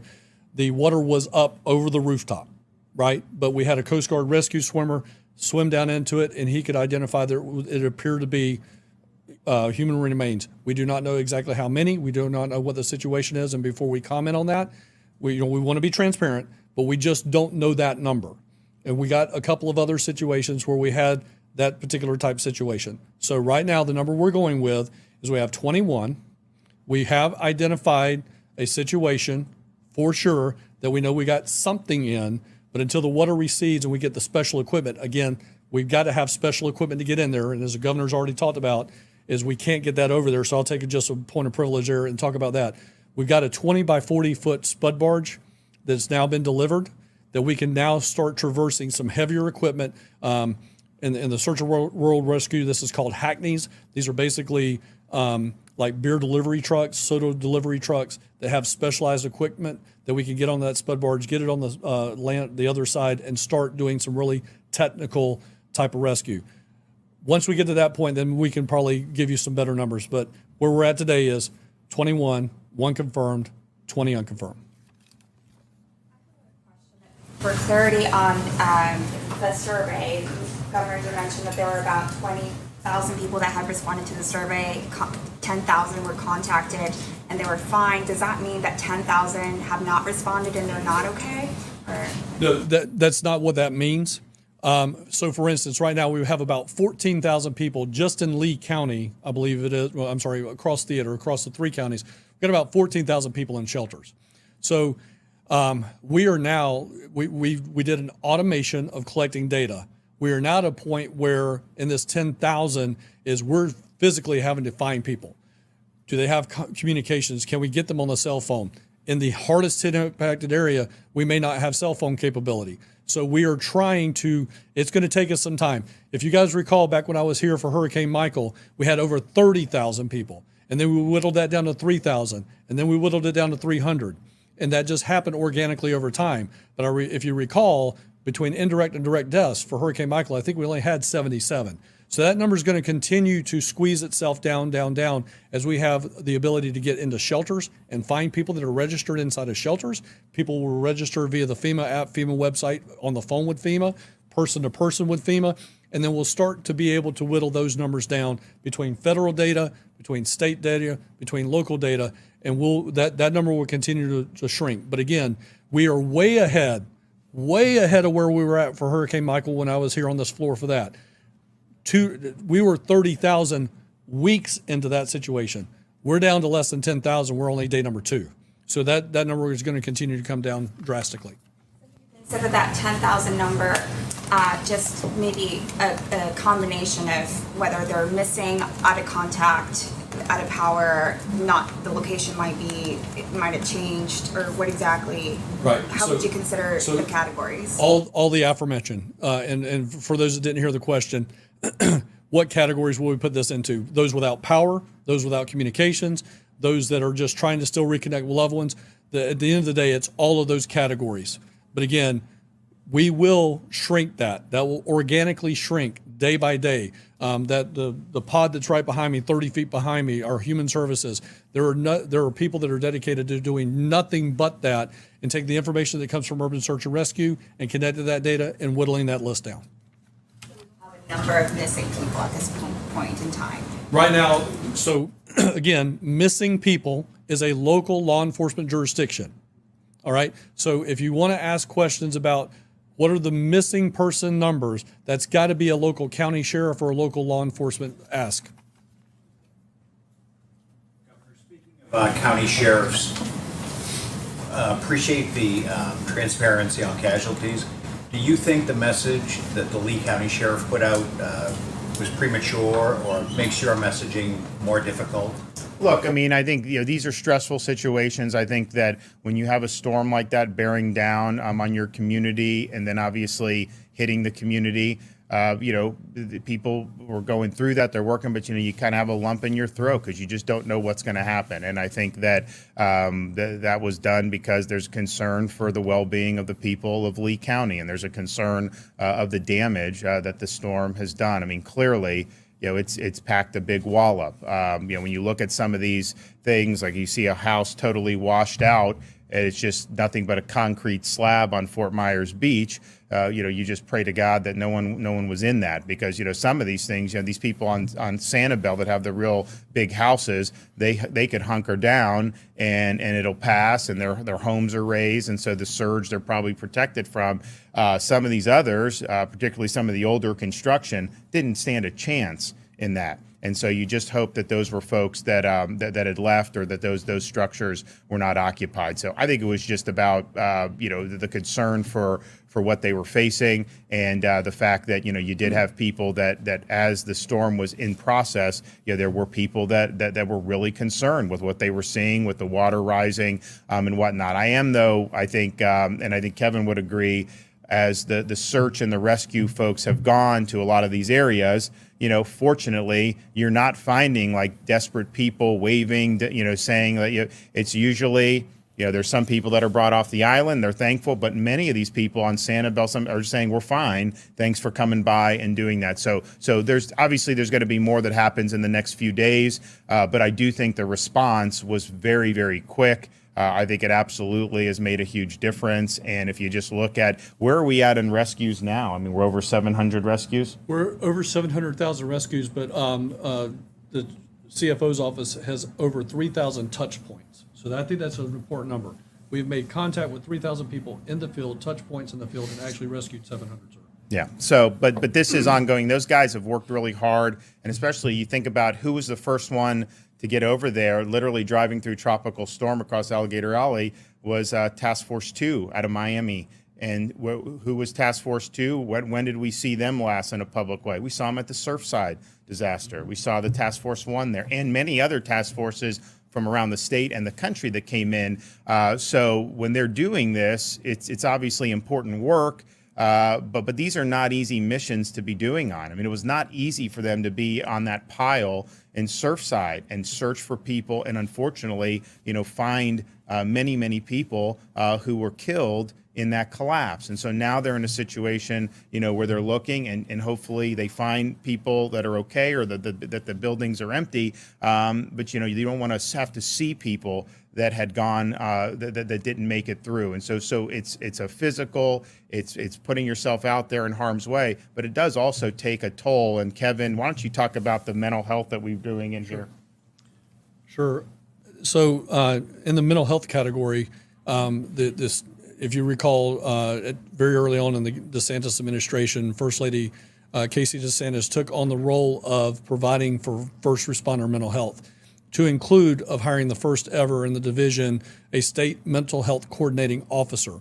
So Sarah Newhouse is our state mental health coordinating officer. She is housed here in the Division of Emergency Management. Has a bifurcated chain of command, me on a day-to-day basis, but in a disaster situation, she reports directly to the First Lady to help coordinate those disaster mental health services, not only for disaster mental health in general, but even more importantly focused on first responder mental health.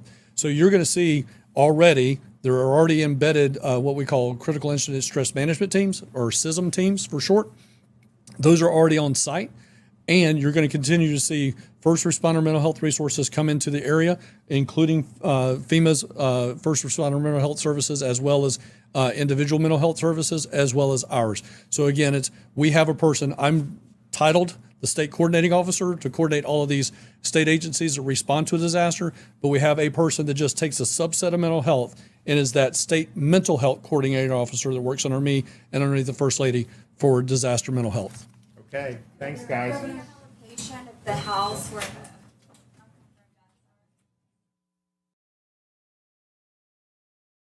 Alrighty. You guys see the hoodie I made? That hoodie, which is dope as shit, if you ask me. You may not care, but I do because it's sick. But that hoodie is in our store right now. And if you purchase that, they actually made us a really, really good deal with this vendor. So we actually profit pretty good. If you purchase this hoodie, we actually make some money. And this is printed on demand, so I don't have to deal with the inventory or anything. So in your chat, there is a link for this hoodie, and they'll ship it off pretty quick to you.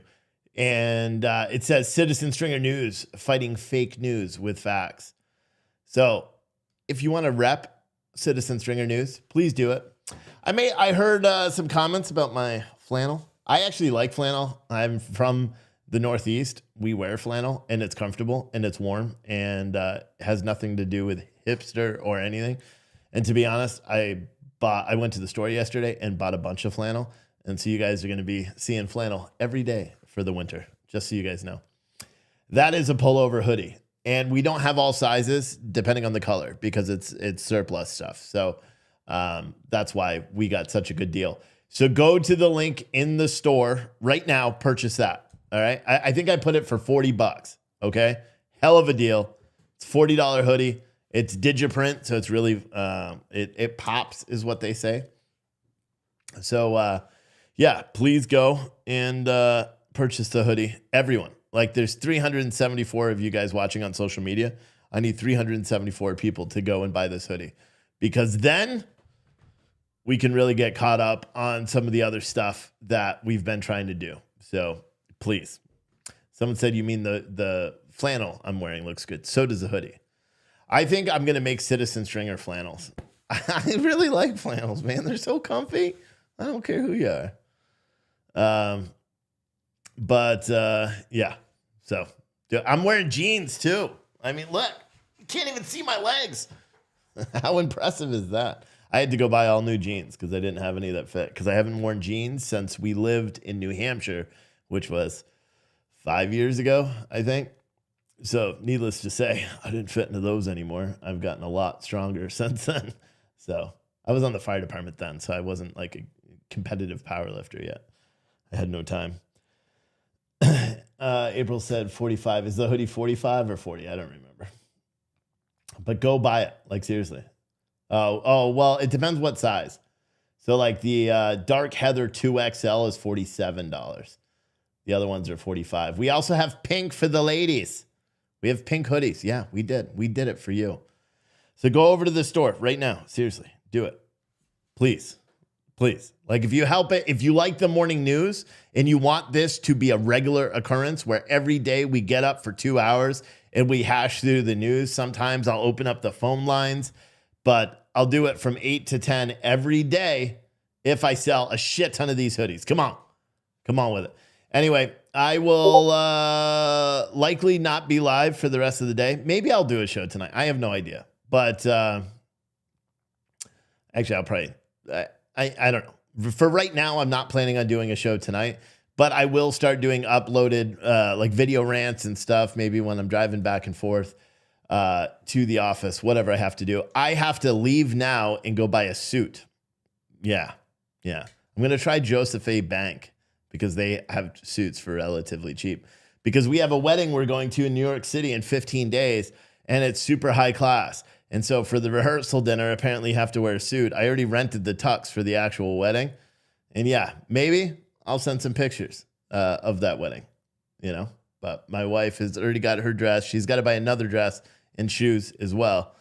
And I have shoes, but I don't have a suit anymore. I don't even know where it went. It just never made the move. I have had the same suit for years, so it likely would not fit me. But yeah, I have to wear a suit and a tie. Wouldn't you guys like to see me in a tie? I don't know, because I hate ties. Are you going to stream the UN meeting? Yes. Yes, so I will be live again because I'll stream the UN meeting at 3 o'clock. All righty. Until then, I'll see everyone on Citizen Stringer TV. Give me like 10 minutes because I'm going to re-upload this entirety of the video, 2.5 hours or 2 hours and 12 minutes. And then this will play. You just got to give me a few minutes because I got to download it and then re-upload it into the system. All right. Everyone else that just likes This Morning News, buy a shirt. If you buy that hoodie right there, in the link in the description, it says that you like this, and I will do this every day. All right? All right. Okay, bye.